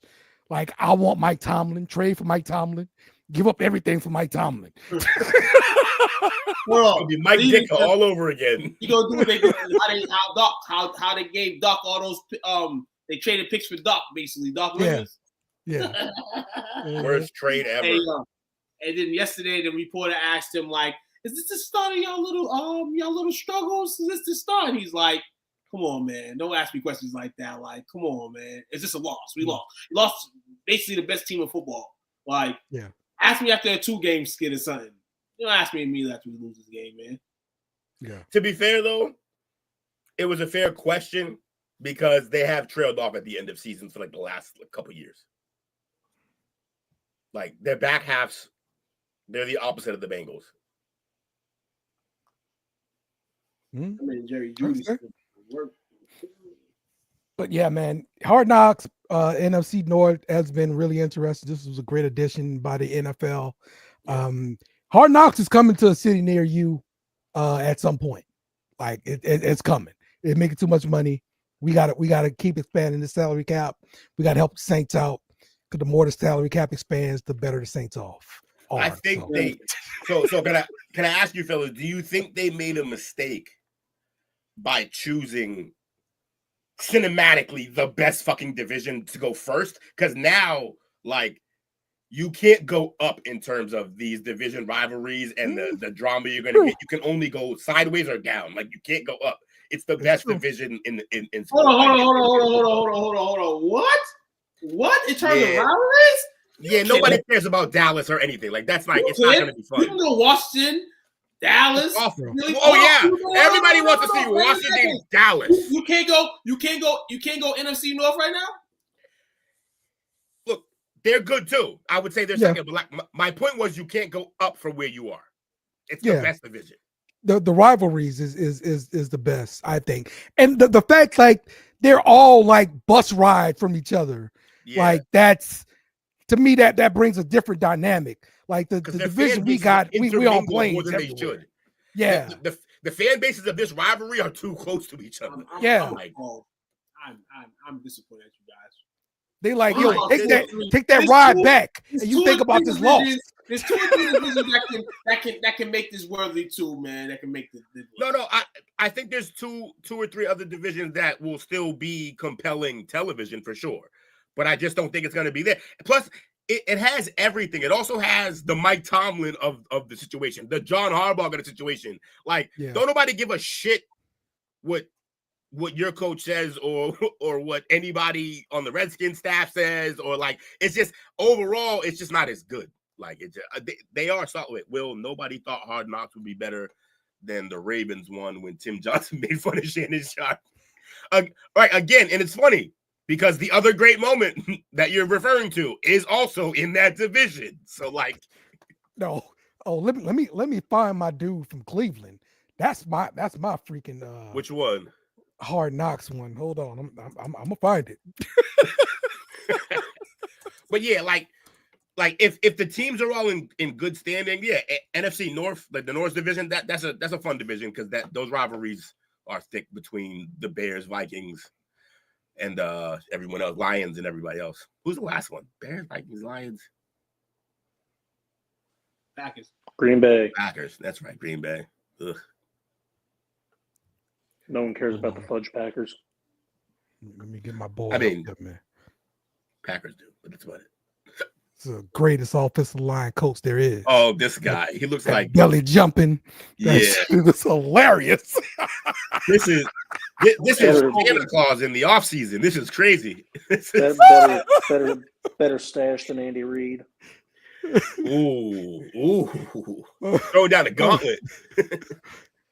You know what he looks like? See, those guys in World War I, World War II just did jumping jacks and push-ups. I'm sorry. That is a hell of a lip rub, though.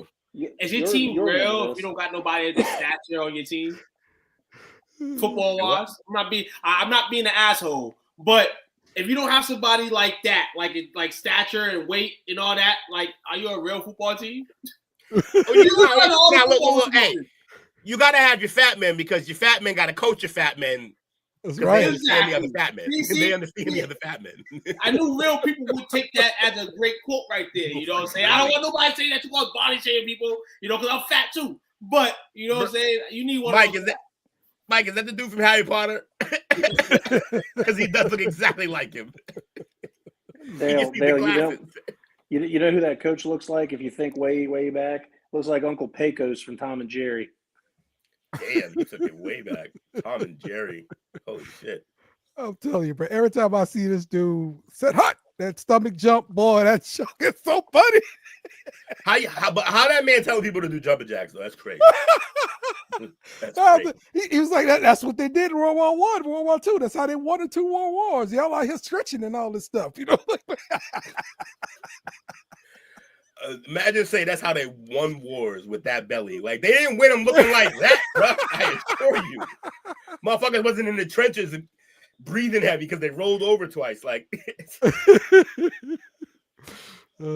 yep. So that's that, man. All right. Let's what do we have next? Let's see what we got next. Oh, no. We're gonna be looking at standings. That's right, NFL standings here. So we can see the guys who are at the top. Of course, they're always at the top here, right? And then we have the guys at the bottom here. And what we want to do is kind of just match up these guys with some mock drafts, kind of players or whatever, players who are going to be available for the upcoming draft. And kind of put it all in perspective like that. So I guess we want to look at the bottom here, right, Will? Yeah, but the plan kind of was we kind of know we don't know exactly where they will pick, but we know what Carolina's going to need. We know what New York's going to need. We know what Vegas is going to need, and we know what the Patriots are going to need. So maybe we start with like the Bears, the Titans, the Jags, and the Saints. Jesus Christ. And I guess the Cowboys, they're right there. Okay. So rough. Nah, Cowboys in the second tier. Yeah. No, I know they're in second tier, but that's awful. Uh-huh. All right, let me pull up these picks. Oh. Okay, so you're saying the Giants are taking Ward or Sanders. Nobody else is on the table, according to their GM. I mean, who has yet to be hired. Checks out. It's never a secret in New York. Whoever they tell you they want is who they want. All right. So, wait, can you read these teams? Oh, so we got Carolina, we got Dallas. I was gonna pick all these. Yeah. So New York Giants and the Raiders are both tied with the two wins, right? Yep. And then we've got the next tier, the Panthers, the Patriots, and the Titans and the Jaguars and the Browns with 3 wins. Okay. All right. Got it set up. Let's go. Are you ready for some drafting? We're gonna reject trades for this. All right. So, damn. So the Giants. All right. So here, I'll pull this up so we can see it right quick. Yeah. Doobie-doo. All right, boom. Here we are. In this particular mock draft, they have us at 3. They have the Giants at 1, Raiders at 2. All right, so this is what it looks like here.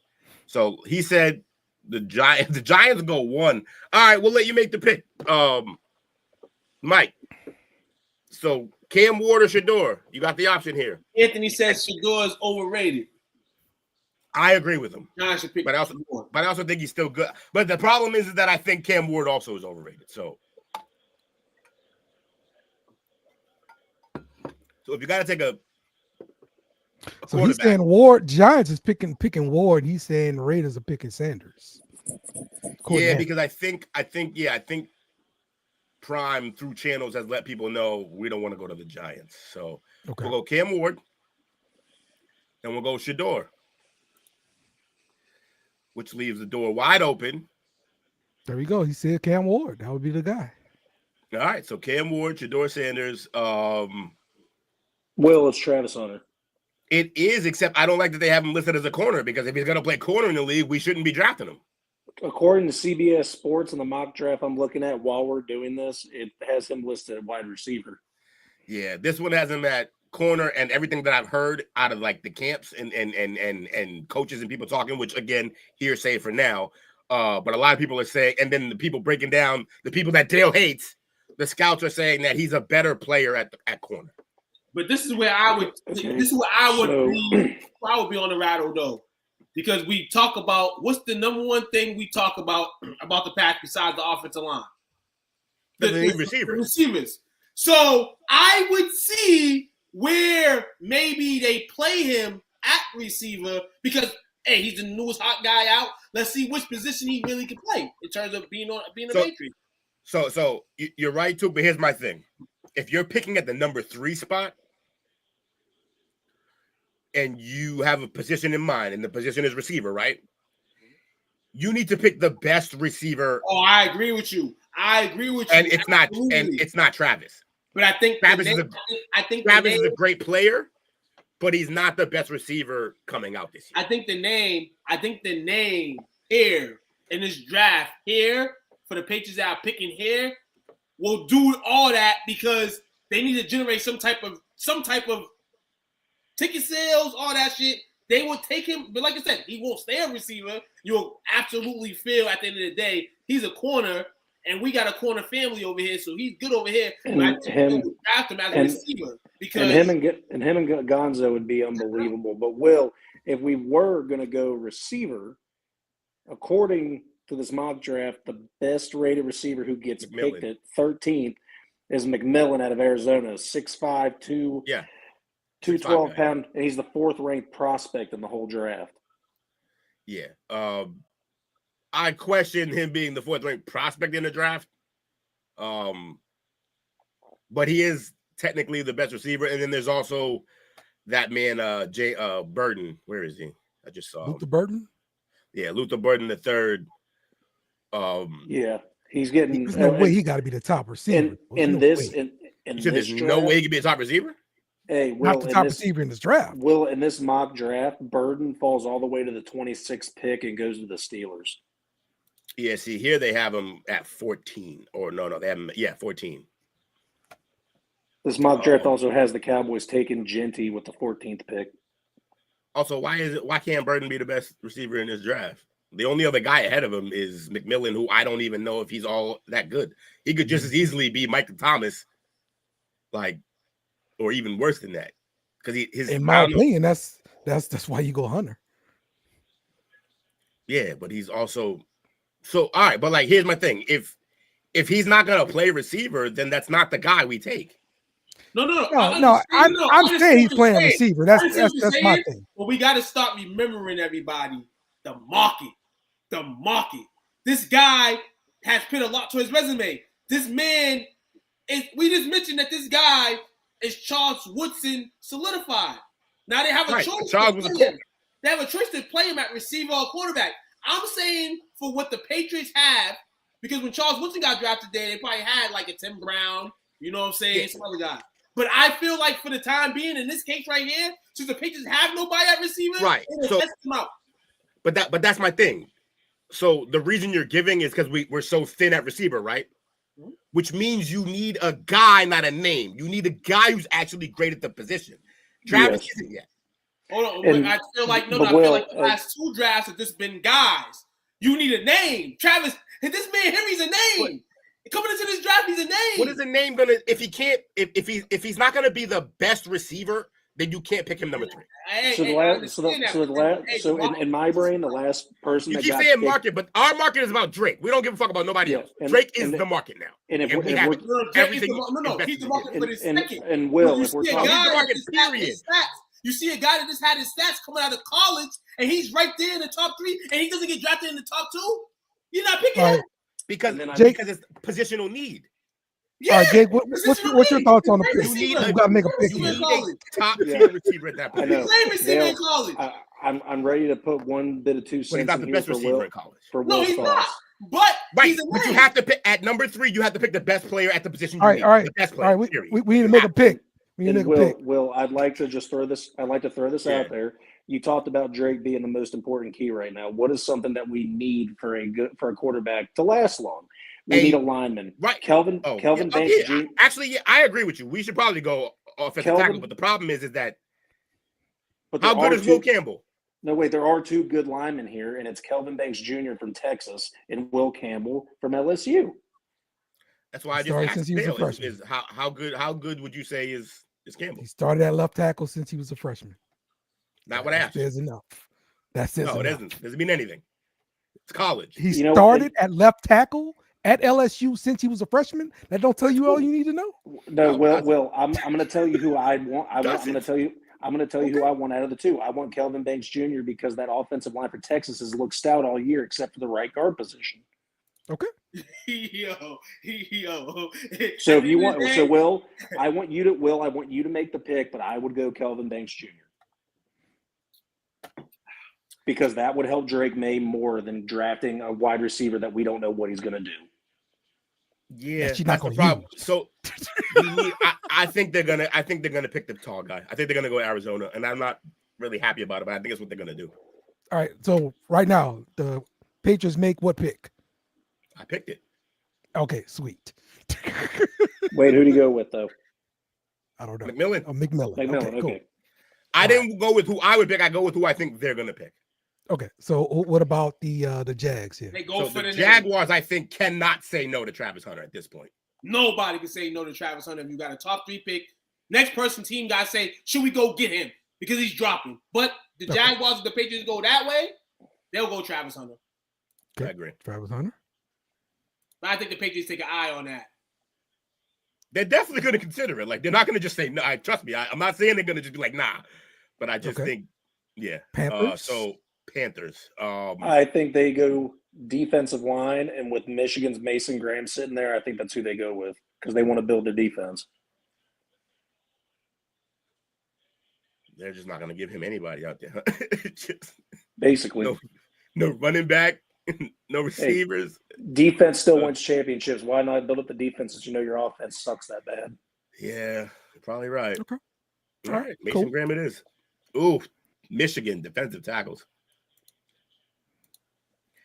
Browns. Okay.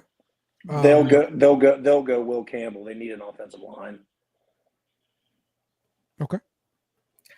I think they plan for life after Garrett. Really? You think they go Abdul Carter? Yeah, I think it's either Carter or Michael Williams. I'm going to go Carter here. Oh, wait. Don't we have a Browns fan in here right now? Oh, no, I don't know if he's in here. Carter it is. Oh, yeah. Anthony said, can he pick the Browns? He said he'll pick Jaunty. For the Browns? That's what he said. That's wild. I already picked Abdul Carter. Let me see. My man said Nick Chubb is done officially. Yeah, you're probably right about that, actually. Did you just call him Dick Chubb? No, he said No, Nick, I said Nick Chubb. I Dick swear to Chubb would be a God. great name. I thought he said that. I'm not going to lie. I need a son named Richard Chubb. All right. Aaron Jones y'all scored a thinking? touchdown for the Vikings. Looks like they're up 13-3 right now. Can Jefferson score, please? Anybody Yeah, would ask him. he got the long pass to get him down to the 1 yard line. Yeah, That's what he got. Got. He did catch one touchdown earlier though. Who's next, Will? All right, so we got the Bears up next. Do they go defense or do they get some more line? They have to get an offensive tackle, don't they? Yeah, Calvin Banks Jr. Kelvin Banks right there. They go Will Campbell. Will Campbell already got taken. No, he's still here. No, he's still there. I thought Will Campbell got taken by somebody else. My bad. I think they go Will Campbell since he started the freshman year at OSU. He's got to be great. If you start at left tackle in the SEC as a freshman, you are good. That's it. Holy shit. Y'all can't see it yet, but the Bengals drafted Isaiah Bond. Holy, that's crazy. That's absurd. All right. 2. So that's you what up. number? Yeah, that's good. It's like the top 15. I trust Rico. Hey, they picked him 13. Will, I'm super interested. Who did the Jets take? Will Johnson at the Michigan corner. Locking down the cornerback position with Yeah, Sauce if he's as good as advertised, that's crazy with him and Sauce. Yeah, that is dirty. We need receiver, bro. We need receiver. Luther Burden right there. Yep, I'll either take Luther or Alshon. I think for some reason Cincinnati might take him if they're there. But Emeka's there. Isaiah Bond. Wow. But Emeka's there. So you got Luther Burden or Emeka Ibuka. Keep that great line of Ohio State receivers going, too. Shut up, Dale. Who's the next receiver after that? Oh, it gets slow after that. Trey Harris from Ole Miss. Isaiah Bond. Who took Genty? Nobody yet. No one yet. Wait, Trey Harris, beast, man. Genty, dog. Oh, wow. Hey, we have to call him a piece Tennessee. now. Tennessee took him at 6. Okay, so we'll take Burden. We'll take the receiver. Burden? Okay. Take the receiver. You prefer Burden over Egbuka? So basically, like, the best comparison, just like a quick comparison, Burden is more like Flowers, Zay Flowers. He's closer to Zay Flowers. Emeka is more like Jackson Smith and Jigba, but slower. Just slower. I like Jigma. Shit, then give me a Buka then. I like Jigma. Jigma ranks me. Zay's my guy. Shout out to BC. You know what I'm saying? But Zay's, you know, he's slightly smaller. Second guy. All right, Emeka Egbuka. Coach is probably like, what the fuck, man? Take a Luther Burden went to the Falcons. Holy shit. Calvin Banks went to the Broncos. Who else we got here? Well, your freaking scroll work? Well, because now they're picking. They're picking. I just want to see let me see the full results. Bam. So this is how the full results ended up looking. If I had to give my favorite pick throughout this whole round, I'm still giving it to the Jets. That's a dirty-ass move with Sauce. I'm sorry. Yeah, I don't know if it's what they need, but fuck it. It can't hurt, right? No, they need a quarterback, but all the quarterbacks are gone. So He's fucking, not and wrong. then so you light up that defense even more than it already is. That's freaking crazy. Yeah, I like it. I don't like. That's my I don't know. that's my favorite pick. I'll give that. I actually, the more I see this, the more I kind of just hope the Patriots trade back. For the first time ever, I always want them to draft, and they always traded back. Now I actually want them to trade back. Mm-hmm. Oh, Jalen, yeah. Where'd you see Jalen Walker at? 49ers. Yeah, but they got Nick Scorton, the edge rusher from Texas A&M. Unless there's another pick that I didn't see. Okay. Well, that's good. Fascinating, that's good though. Yeah. To Texans start off mock draft season. Oh, Sure. yeah. It's never not mock draft season for me, man. I'm usually doing this while y'all doing the podcast. I'll be back here doing it. Oh, Jalen Walker went to Seattle. Has already went in this draft. Maybe he's saying that he wouldn't have made it past the 49ers. Maybe. Well, that's been the mock draft section of our podcast. All right. Let's do some power rankings, gentlemen. I'll start off the power rankings with number 5. I'll give it to the Baltimore Ravens. Number 4, Philadelphia Eagles. Number 3, Detroit Lions. Number 2, Buffalo Bills. And number 1, Kansas City Chiefs. I'm not moving them from number 1 anymore. That's it.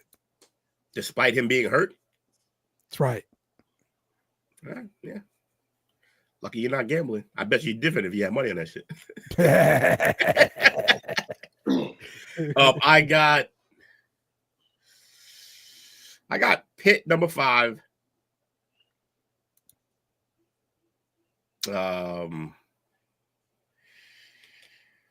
Yeah, Pitt number 5, Detroit number 4,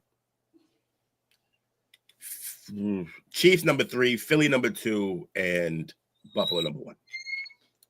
All right. Jake, you got anything?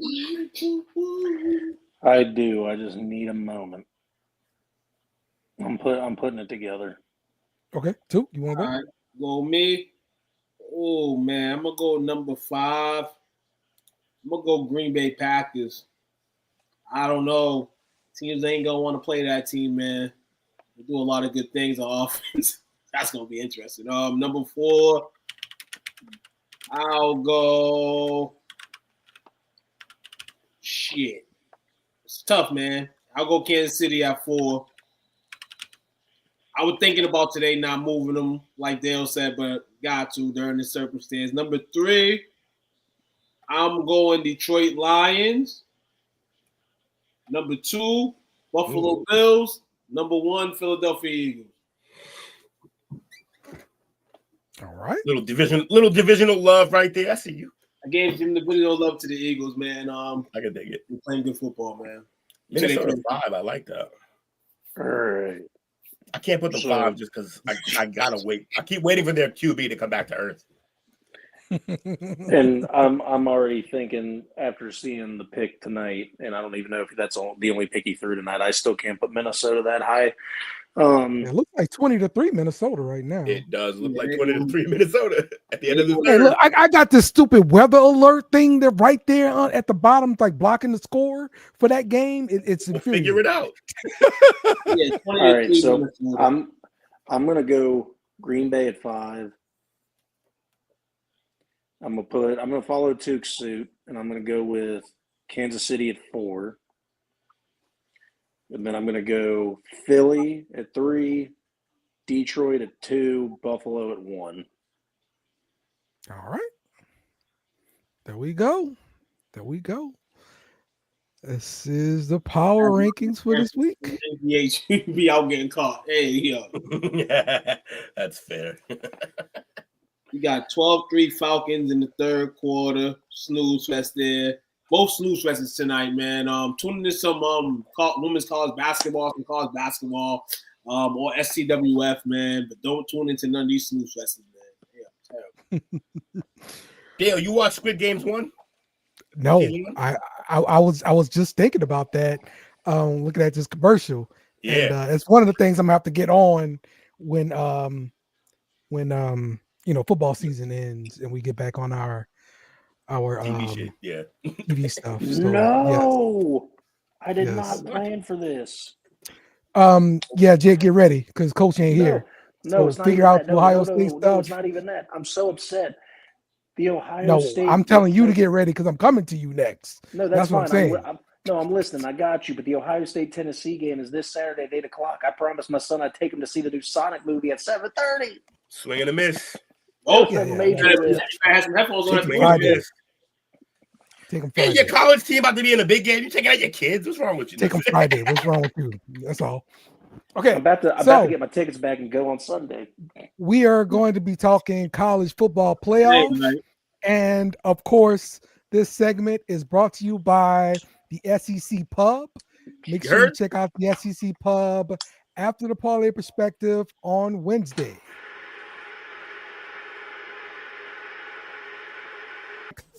I am sick of being a meme. All right. I'm sick of it. All right. Boy. So right here, we're on the damn white couch. All right, we got FSU, UCLA, USC, FSU, and Mississippi State all standing behind us, getting ready to pounce on us. On going the white to work. Couch. Yes. Blowing our all right, backs. Now, if you didn't know, LSU has lost the last 5 openers. Yes. Lost the last 5 openers. All right. And that's what that meme represents. I'm sick of being a meme. Watch the SEC Pub Wednesdays after the Parlay Perspective on BS and Beer Media or STWF TV. That's right. So this week we've got some playoff matchups to talk about here. That's right, Jim Mora. That is right. We got some playoffs. Don't talk about playoffs. You kidding me? Playoffs. All right, and Coach ain't here to talk about his Texas team, so we coming right over to you, Jake, as you're the only other member here that's got a playoff game. So you number 8, Ohio State versus Tennessee. Hold up, time out. Will can talk about Tennessee. That's his second team with Nico. No, not wrong. No. But it's your team. It's not my team. Yeah, no. Currently, right now, if anyone cares, according to DraftKings, Tennessee is a plus 235 underdog. Not too bad. Not at all. Yeah, this game. So again, I'm going to say this right off the cuff. As the Ohio State fan, I want them to win just because I want them to win the whole thing always. But as the realist, I want them to lose so Ryan Day gets fired. But I'm going to go in this. But I'm going to go in this positive. I'm going to want them to win. And we're favorable here because we have the best, if not the second best defense in the entire nation. And we're going against a very young team and a very young quarterback. Mm-hmm. But we've seen it all year. Ohio State starts off slow. They've never figured out how to get it into gear. They don't start off fast. And if Nico's on it, this game could be out of control by the end of the first quarter. This could be 21-0 in a blink of an eye just because they don't know how to fire it up. Or I almost said Will Levis. Will Howard's going to throw pick 6. Hey, you can't. I don't know if we could. I mean, statistically, yeah, best defense in college football, but you can't give up 21 points in the first and be called that. No, it'd be off Will Howard's pick 6s. Man, really? I mean, look at this. This is Will Howard compared to a freshman. He's thrown 314 times and completed 227 of them for 2,860 yards, 27 touchdowns, and 8 interceptions. Nico, on the other hand, has thrown 303, completed 199 for 2,512 yards, 19 touchdowns, and 5 interceptions. I'd take Nico over Will Howard, and I don't care if he's thrown for 300 less yards. Yeah, you take him over him. But are you taking those receivers of Ohio State? Are you taking the receivers of Tennessee over the receivers of Ohio State? No, we're literally everything but a quarterback. Too. That's so why you don't think Will Howard for this game will be prepped up and have the receivers going in there doing what they do? You have no the man confidence. wasn't the man wasn't dotted up and ready for the biggest game of the entire season. So no, I don't. It's a team. No, it's a Michigan team that y'all we already been told you that they wasn't going to be Michigan. You just didn't listen. This is a completely different team in Tennessee. Oh no. I was being a Dale. I was going into that game saying, "Oh yeah, we're going to beat their ass," and blah blah blah. And in the back of my mind, I'm saying, "We're going to lose this fucking game." Okay. Shots fired. Pew, pew, pew. I think Ohio State wins this game. We want to see a rematch. We love rematches. I'm gonna take Ohio State to beat Tennessee. They advance to go get that rematch with Oregon. Dale gave him though. You think you're Will Face? Like, hey, no. In all honesty, hey, if there's a team that could beat Oregon, if we win, we're that team because we've played them and we've practically beaten them, just like we did with Georgia a few years ago with Stroud. And because we couldn't have a chance at a field goal, we didn't even have a chance to beat them. So if we play them again at their turf. It'd be at the Rose Bowl, but it'd still practically be a home game for them. I think we'd have a really good chance against them. Okay. Yeah, you got to get off of the whole fire the coach thing, Jake. We're in the playoffs, though. We're trying to win a championship. By all means, take on, Ryan man. Day from us. I don't want your coach in place of him though. But you go ahead and you have Ryan Day. Shit, Will, you want Ryan Day? I'll take Billy. Look, if we get to keep DJ, I'll take Ryan. No problem. You got teams out here would love to be in the playoffs. You're in the playoffs talking about your coaching, you get fired. This is ridiculous. Oh, Dale, you guys won't sniff the playoffs with that guy as your coach. This is the equivalent of hungry kids in Africa. Yeah. You throwing away a plate of food, bro. Shit, you know what? Hey, I'd take Billy. That's the thing, though. They ain't hungry kids in Africa. They got a historical program that wins. Hey, I'd take Billy O from Tuke right now over Ryan Day. That's what you say. If they would have just fired him after the Michigan game, we could have had Bill Belichick. No way. Bill wasn't coming there because y'all not gonna give him his son a succession plan, and you're not gonna give him total control, be a TM and shit. They ain't gonna do that. It's all right, but yeah, we have better wide receivers, and we have two by far better running backs than anybody that they have on their roster. So we'll take it. Are you feeling confident at all? I mean, you're playing the game at home. Yes, I am, and that's why, because Tennessee's got to come up to the cold harshness of Columbus. Right. And we're used to playing in that cold. Yeah, you actually get to use your home field advantage, your stadium, your playing, your fans, and it's a fucking night game. There you go. It's gonna be cold at night. That's right. Also, hiding from the cold. I really wish they would have done a blackout, but they're wearing the all scarlets, and that's pretty badass too. Okay. What? Sounds good. Why do you always try to pin this on me and I can't catch up on it? All right. Well, since Coach's not here to break down this matchup or anything like that, what other matchups are you guys kind of looking at for this playoff weekend, and what you're kind of looking forward to? Let's start with you two. Well, I'm looking at Texas. Looking at Texas Clemson, man. I seen you guys last week.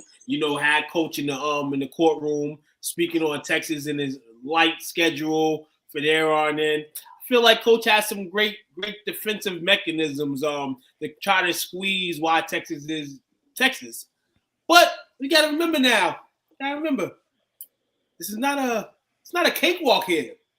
And I'm only saying this because you have an experienced coach that's going to bring a team in to try to steal this game from you. And it's light. I think what y'all said about Texas, man, you have to pay attention to this game too. I said it too. You can't have a controversy with your two quarterbacks coming into a game like this, because that can be a problem for the QB that's starting and the QB that's on the bench. Potentially, the QB on the bench can get in the game because something the QB that's playing did. Texas is in a bunch of trouble right now, and it starts against Clemson. They better be easy, dog. This is the game I want to see, man. I think Clemson could take it. They could pull up. Right. Will? For this first round, The matchup for me in the first round is that 8-9 Ohio State Tennessee, but because we already talked about that, I will go on to the Battle of Indiana. I really don't. I could care less about the Golden Domers, and I don't think Indiana is real right now. I think they're building something real, but I don't think they played anyone this year. So I kind of want to see if the Nittany Lions choke again. I want to see if SMU can do that thing and keep the comeback alive to the Pony days. You know what I mean? So hey, Will. Yeah. If Penn State loses, is James Franklin out of a job? See, that's where I was going next. Yeah, I wonder, but here's the thing, like he's not gonna lose his job, no. I don't think so, because plenty of people would want to coach there, but also wasn't James Franklin first after that whole situation? The first, like, it was the former the guy's coaching BC now. Oh, it was O'Brien? Yeah. Billy O was there? Yeah. Damn, that's right. It was Billy O. Mm-hmm. Well, seems like they really ride with this dude, Franklin, though. And he keeps building good teams. He just can't win with them at the end of the year. Yeah. He built it. It's a glass ceiling. That's what it is. He can build a team good enough to get you really close. And that's it. And I think honestly it's important for Penn State to win this game and shut down people like me talking that Penn State always loses the big games. I don't believe you're going to go far in the playoffs, but you need to get out the first round. Especially if they get out that first round, they got Boise next. They could get out of that round easily. Yes. I agree. SMU to the Final Four? Holy shit. Yeah. Georgia, that'll be the end of that. You know what bowl game I'm looking forward to? What's that? The Union Home Mortgage Gasparilla Bowl, Florida versus Tulane. Yeah, that's one of my favorite ones right there. Why? Every year that bowl's the bomb. Who's usually in it? Is there any like regular team? No, if we're being honest, I think that rematch of even though it's a rival and everything, I think Alabama versus Michigan, that's going to be a fun game in the ReliQuest Bowl. Mm-hmm. New Year's Eve. They don't do the name that they used to, man. I mean, dude, look, where my Meineke Muffler Bowl, like where my sponsors, bro. Where my Meineke Muffler Bowl, man? I missed that. Bro, look at this right here. You got the Tony the Tiger Sun Bowl, the Cheez-It Citrus Bowl, the Kinder's Texas where's Bowl. our bowl game at, Onk? Did they call it the Cheez-It Citrus Bowl? Yes. Yeah. Those two things are diametrically opposed. And then here you go. You got the Tax Slayer Gator Bowl. Yeah, I don't like that, Bobby. I don't like that. Duke's When I seen that, Bowl. I said they hold Dion in them off the jump. I said, dude, you got them playing against a Big 12 opponent that you easily could have had them in the schedule playing against, and I don't see that in any of the bowl games. I've never seen that in a bowl game in my life. Never. Where's the game at? It's a neutral site, but it's Go Bowling Military Bowl. Playing each other. Right. Hey. I'm saying it's got to be like a map kind of thing. That's why I'm asking. No, but even in that, even no matter what it is, the way they always set up the games, they never set up a conference team against another same team. Yeah, I agree. Yeah. They hold them on Arizona Bowl.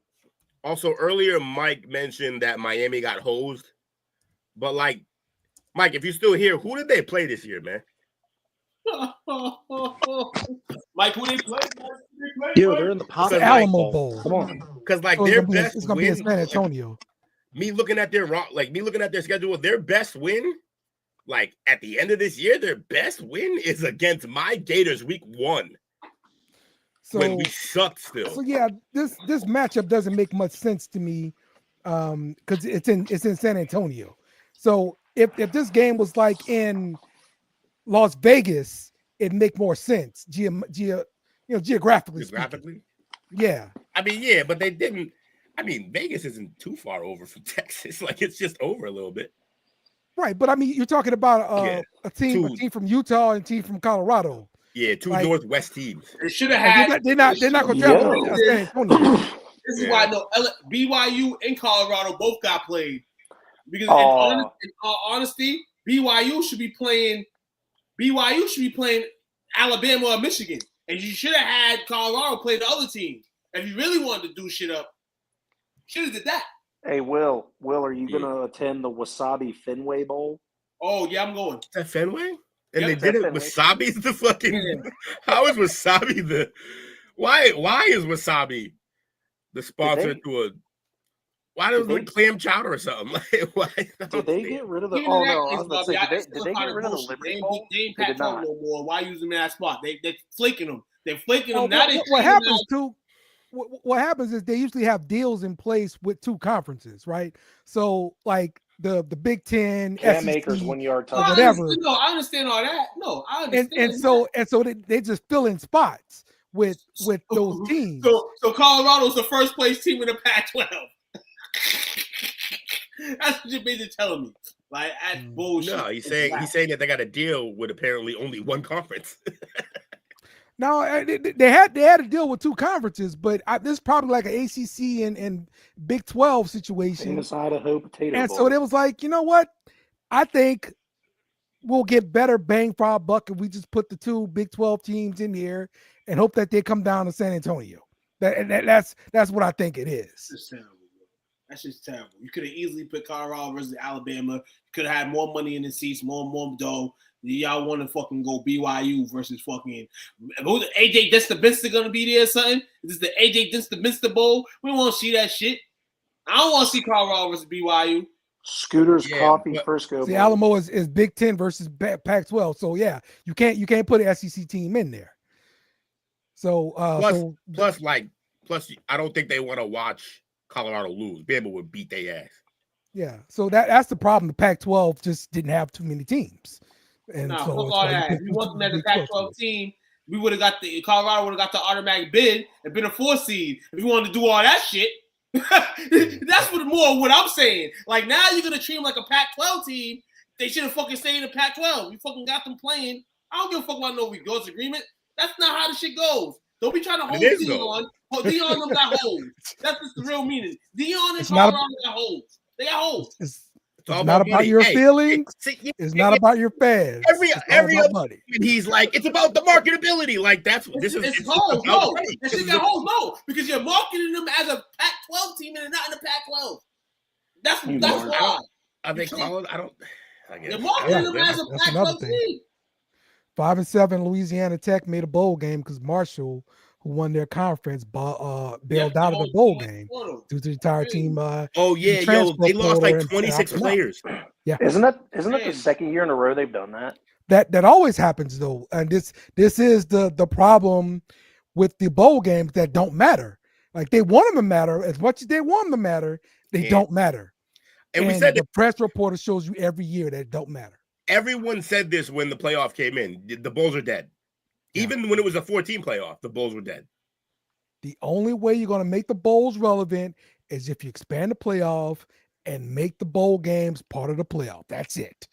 So these stupid bowl people can get their stupid bowl money, and then and then we have these games. That's it. Yeah, that's the way everybody wins. That's it. Because everyone wants to tune into the Pop-Tarts Bowl. There you go. Jake. Jake's running my bit from last year where I just kept reading them as we went along. I still love the Snoop Dogg Arizona Bowl. That's amazing, by the way. Arizona Bowl, they're gonna be mad puff in that game. I saw an NFL player get made fun of too. That stadium's going to be very foggy. You should have had Dion and them in the Snoop Dogg Bowl. That's good for marketing. The fuck? Yeah, but it's probably not good for that team. Hey, Will, as they would all be high as shit. I know that. Hey, I told you that stadium's going to be real foggy. But Will, what do you think about the Tony the Tiger Sun Bowl? I think it's a great name. I mean, I'm in for the Tony the Tiger Sun Bowl. What does Kinder's chocolate have to do with Texas? Kinder's Texas Bowl? Yeah. Hey, Kinder got bread apparently. Got that bread, man. It's all about money, man. Hey, I'm saying, Onk, we need a bowl game, bro. Hey. STWF TV Bowl. Let's go. You heard? My favorite. We don't got millions for that. My favorite brand of mayo, Duke's Mayonnaise Bowl. Let's go. Duke's Mayonnaise. That's a fucking regional bowl. Cause like we don't got Duke's up here, bro. Oh, I'm gonna have to send you some with some dry ice so I don't get ruined. That bad. I love mayo. Sound good. Nah, man, you're getting some Dukes. Let's wrap this thing up, man. Let's do some shout outs. Shout out to you fellas. Great show, Dale. Great show too. Great show, Jake. Appreciate y'all. Great show, guys. Oh no! Got a quick That's the buzzer. Tomorrow to chop up. Tomorrow on the chop up. Shout out to Dale. Were you listening to us on the ride home? Yeah. That must have That's awesome, Coach. How you doing, man? I'm doing fine. How you gentlemen doing? Oh, good. I heard y'all talking about some playoffs in here, man. Playoffs. Yeah. Let's go, Clemson. All right. Well, since you're here, Coach, you got to break down your matchup for us. Since we got you in the building, let me get the matchup back up. Fucking hate you. Shut up, Mike. You fucking weirdo. Well, I was gonna tell you a joke about jump rope, but I skipped it.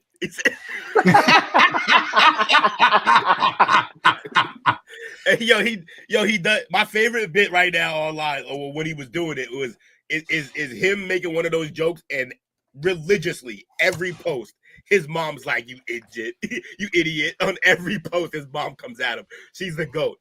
Shout out to Miss Munger, yo. All right, Texas versus Clemson. What's your thoughts here, Coach? My wounded Longhorns come in 12-2. Clemson's 10-3, I think. Mm-hmm. They won the walk off. You know what? They've gotten better over the year. I know they opened the season, they look real shaky. But I still like our chances. With that being said, not discounting those SMU Mustangs up the street, but I think Texas is a better team than SMU. And while they jumped on top of SMU, they let SMU get back in it. You won't be able to do that against Texas. Assuming I don't know which yours is going to show up. Okay. All right. And listen here, I'm gonna tell you right now. Is it the Ohio State viewers or is it the Texas happening there? You don't need that happening to a team like I'm that. obsessed with the situation. Yeah, I told Coach, is the Ohio State viewers going to show up, or is it going to be the Texas Deer in the Headlights viewers? Nah, he looks right now. He looks like South Lake Carroll Quinn viewers right now. Ooh. He looks like he did in high school right now when he got punched in the mouth. He got shook. Y'all better put y'all Tebow in. Oh, yeah, I read that whole story. I don't know who posted it, but it was about the quarterbacks for each team. That was a cool story. Will history Bobby said, repeat we itself? want Arch, Pornhub.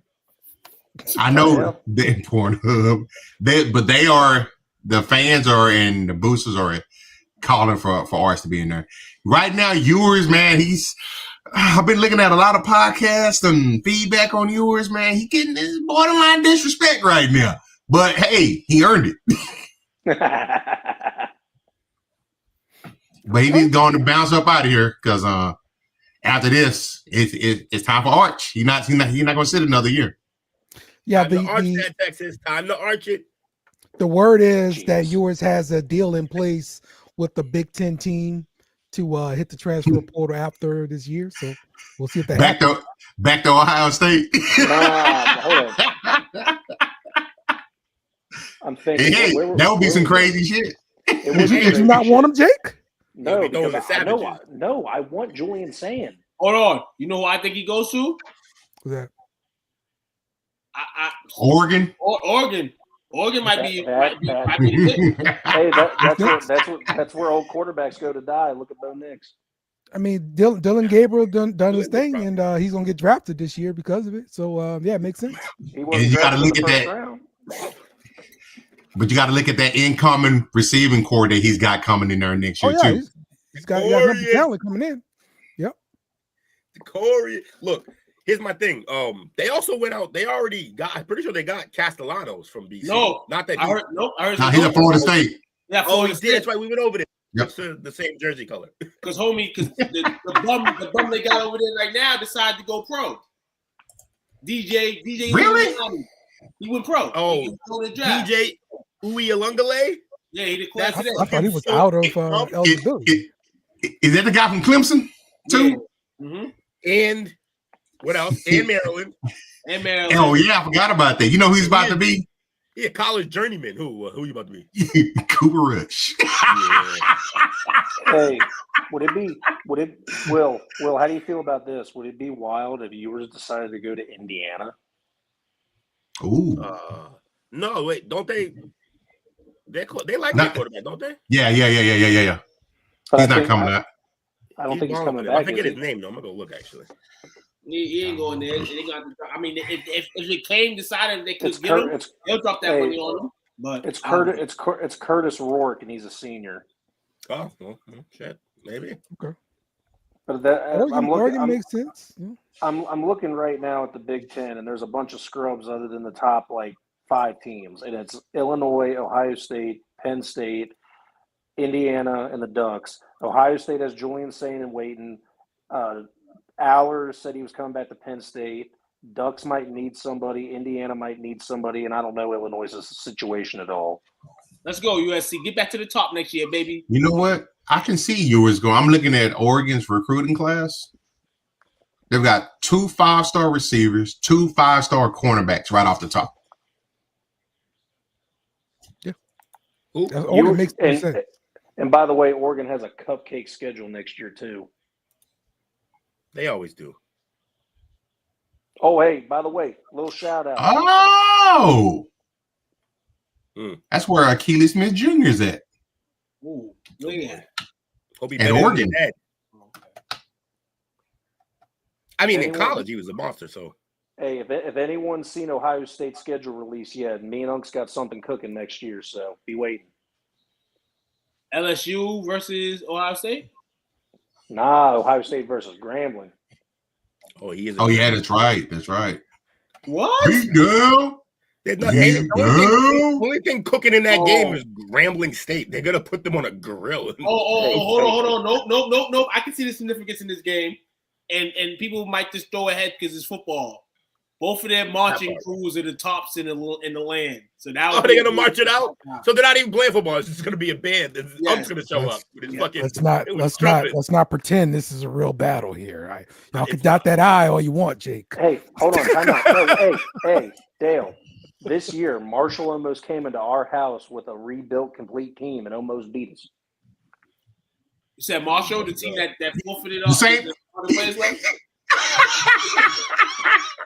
They came into the shoe and said, "We are Marshall." Jake, I see why you have no confidence. Then they say, "We are gone." After that, I see why you have no confidence in the Buckeyes. This is a week-on-week thing. I can see why. Those motherfuckers almost came to your house with a team that wasn't gonna. That was saying to themselves, "We leaving anyway if our coach leaves." Yeah. I was just referring to the bands, honestly. Like that's that team that they put out the door. Oh, so you don't even think the bands are going to be close? Oh, because Grambling going to wipe them down? Yeah, Grambling's going to kill them with the bands now. Absolutely. Hold on. That's what I'm saying. You can dot the I all you want. Ohio State ain't no slouch. You see what they were doing on the field.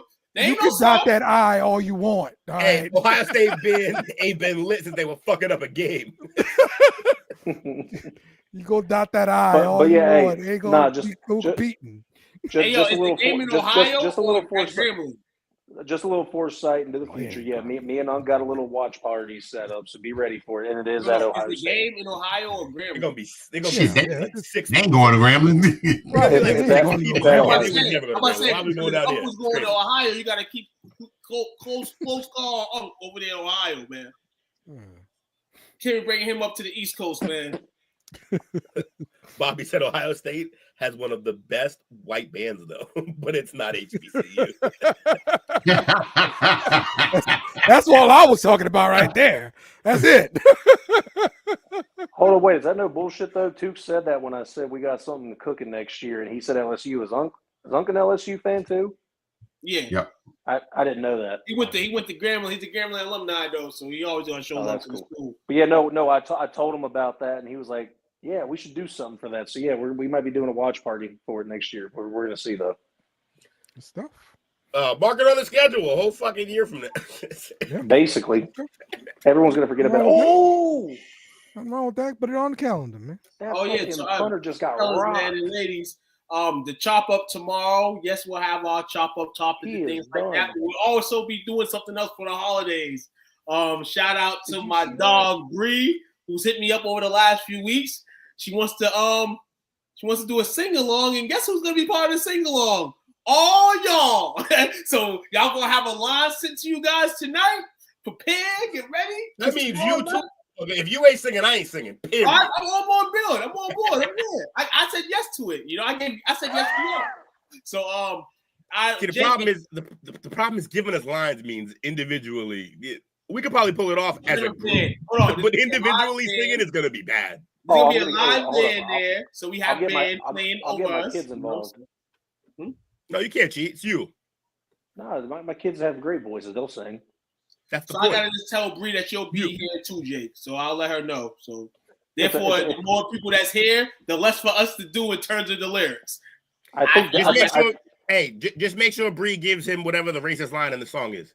I think we should all five of us band together, and then when it's time to start singing, we all be quiet, and Dale's the only one singing the line on accident as a joke. I can't wait for this. No, we're doing not a contest. No, we're doing the Christmas in Hollis Run DMC. So everybody know. So get ready. Power. Coach is ready. Of the white variety. No, I take it back. I'll take it back. I'm not partaking in this. No, that's it. You're in. White power. Them Dale's peoples. I'm a lip sync this stuff. That was a great All right, line. Milli Vanilli. I'm about to full Milli Vanilli. That's tomorrow. Sneak peek in the chop. As long as well. The goat not guilty. You know what I'm saying? Snip into that real quick, and a bunch of other stuff on the chopper, man. So Jake needs to sing about Noah. Jake needs to sing about Noah Kaniga. Hey, sometimes you gotta know a nigga. Hey, talking about him got me in trouble one day. I ain't doing that again. He gonna get a lot of people in trouble. No. I was shunned for 2 hours, and I talked to Will. I was like, "Yo, dude, am I good?" You were like, "Nah, you stepped over a line." And he just kept it going. I'm like, "Dude, come on, give me a break." Coach was in on it too. He ignored me too for hours. He was over there sweating. I lose all my friends.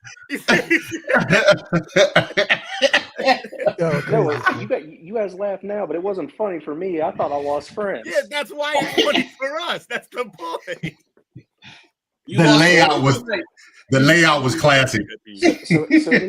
So anytime he's mentioned, I just keep my mouth shut. Like, I've been here before. No.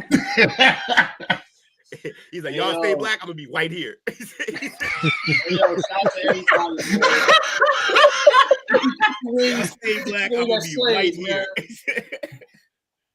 Buy your chicken wings at Slade's, and you know what I'm saying, and enjoy it. Yeah, we get him some food at Slade's, and then he good. Yeah, everyone's laughing in the comments, but it wasn't fun being me that day. Oh, it was the most fun. No, it wasn't. No, Bobby, you know what got me? It was the fact that Coach ignored me for an hour, and I know he was on his phone that day. So once Coach, I saw it. Once Coach caught wind of what I was doing, he got right in line, and I was like, "Oh, this is actually going to be way deeper for Jake than he thinks right now." I actually felt, once Coach got in, I was like, "Oh, I kind of feel bad, but we got to keep it going." Like, I kind of feel bad, but we got to keep it going. Hey, the content trumps all. It's for the bit. And Took was ghost line that weekend. He wasn't even in the chat, so I'm like, I don't think Took's seen anything. I think I'm safe. Needed to, because Took at first, he might not have realized what we were doing, and then he might have just been like, Took's a protector. He gonna protect you. He gonna ride out for you. If Took caught wind before he went into protection mode, oh man, that'd have been you may not be here. No shit. He might have taken it the next step and called me and been like, "You say that shit again, I'm gonna slap the fuck out of you." Yeah. FaceTime, like, what the fuck you talking about? I can FaceTime you? Oh yeah, I'll definitely FaceTime you. Definitely FaceTime you. You gotta feel this. Oh, shit. You know what I'm saying? He might get Jesse Jackson that apologize. But Jakey, little do you know, you was already family. But like once that happened, we were like, he a good bro. He one of us. Yeah, that was your hazy moment. Yeah, I was about to say, that was the initiation. I wasn't. Yeah, I wasn't. That was your payroll tied to the post and tape. That was you got hazed up. 27-12 Vikings, 15-3 Falcons. That's how these games are tonight, right here. The ass crack. This is these games are tonight. Ass crack. Full Randy. Apologize. Oh, matter of fact, hold on. I knew we missing something, man. Randy Moss announced after it was announced by Larry Fitzgerald Sr., it was announced from Randy Moss that he has been dealing with cancer. He did have like a 6 to 8 hour surgery. I think he said in the same post that he's cancer free. So y'all's flat praise with Randy Moss. I see a lot of Vikings fans, Viking faithfuls tonight, throwing prayers up for him and all that. We as a team here at STWF, we throw prayers not only to the best in the game, but everybody in the football game. And rather it's Randy or somebody else that we ain't know, we always gonna send the prayers out and hope that we expect Randy to outrun that coverage. Can't no corner cover him, so Cantor ain't gonna cover him either. Yep, that's right. Can't cover Moss, baby. Right, too fast. He outrunning that shit. That's right. That's right. Running the go route, right, man. Like Brian Thomas. That's good. That's good. You know what I'm saying? Let stuff go because we can wrap this show up. Hey, I'm gonna be funny before we leave it tonight. They say the Saints still got a chance, but it's slim. They say the Cowboys got a chance. It's slim, but we ain't going nowhere. So let's see what happens on next week's. It was like, I'm not dealing with your shit. I got places to be. Right. That's right. Shout out to everybody who commented, joined us. We had a lot of fun tonight. Bobby, the roll call, Bobby, this guy that got banned because like he put some stuff on the chat that he shouldn't have, so I banned him. Yep, Sexy Scottish, Anthony in the house. That was everybody who talked. That's all we had. Yeah, I think that's all we had. We had and anybody else I may have forgotten. Hey, so sorry, we forgot you, but we'll be back next week and maybe we'll remember then. So yes, absolutely. In the good words of Coach, peace, love, and hair grease. Yes, absolutely. Route tree on 3. 1, 2, 3. Route tree. Route tree. Thanks for watching our show. Remember to subscribe for more shows on the network. Smash the like button, share, and comment.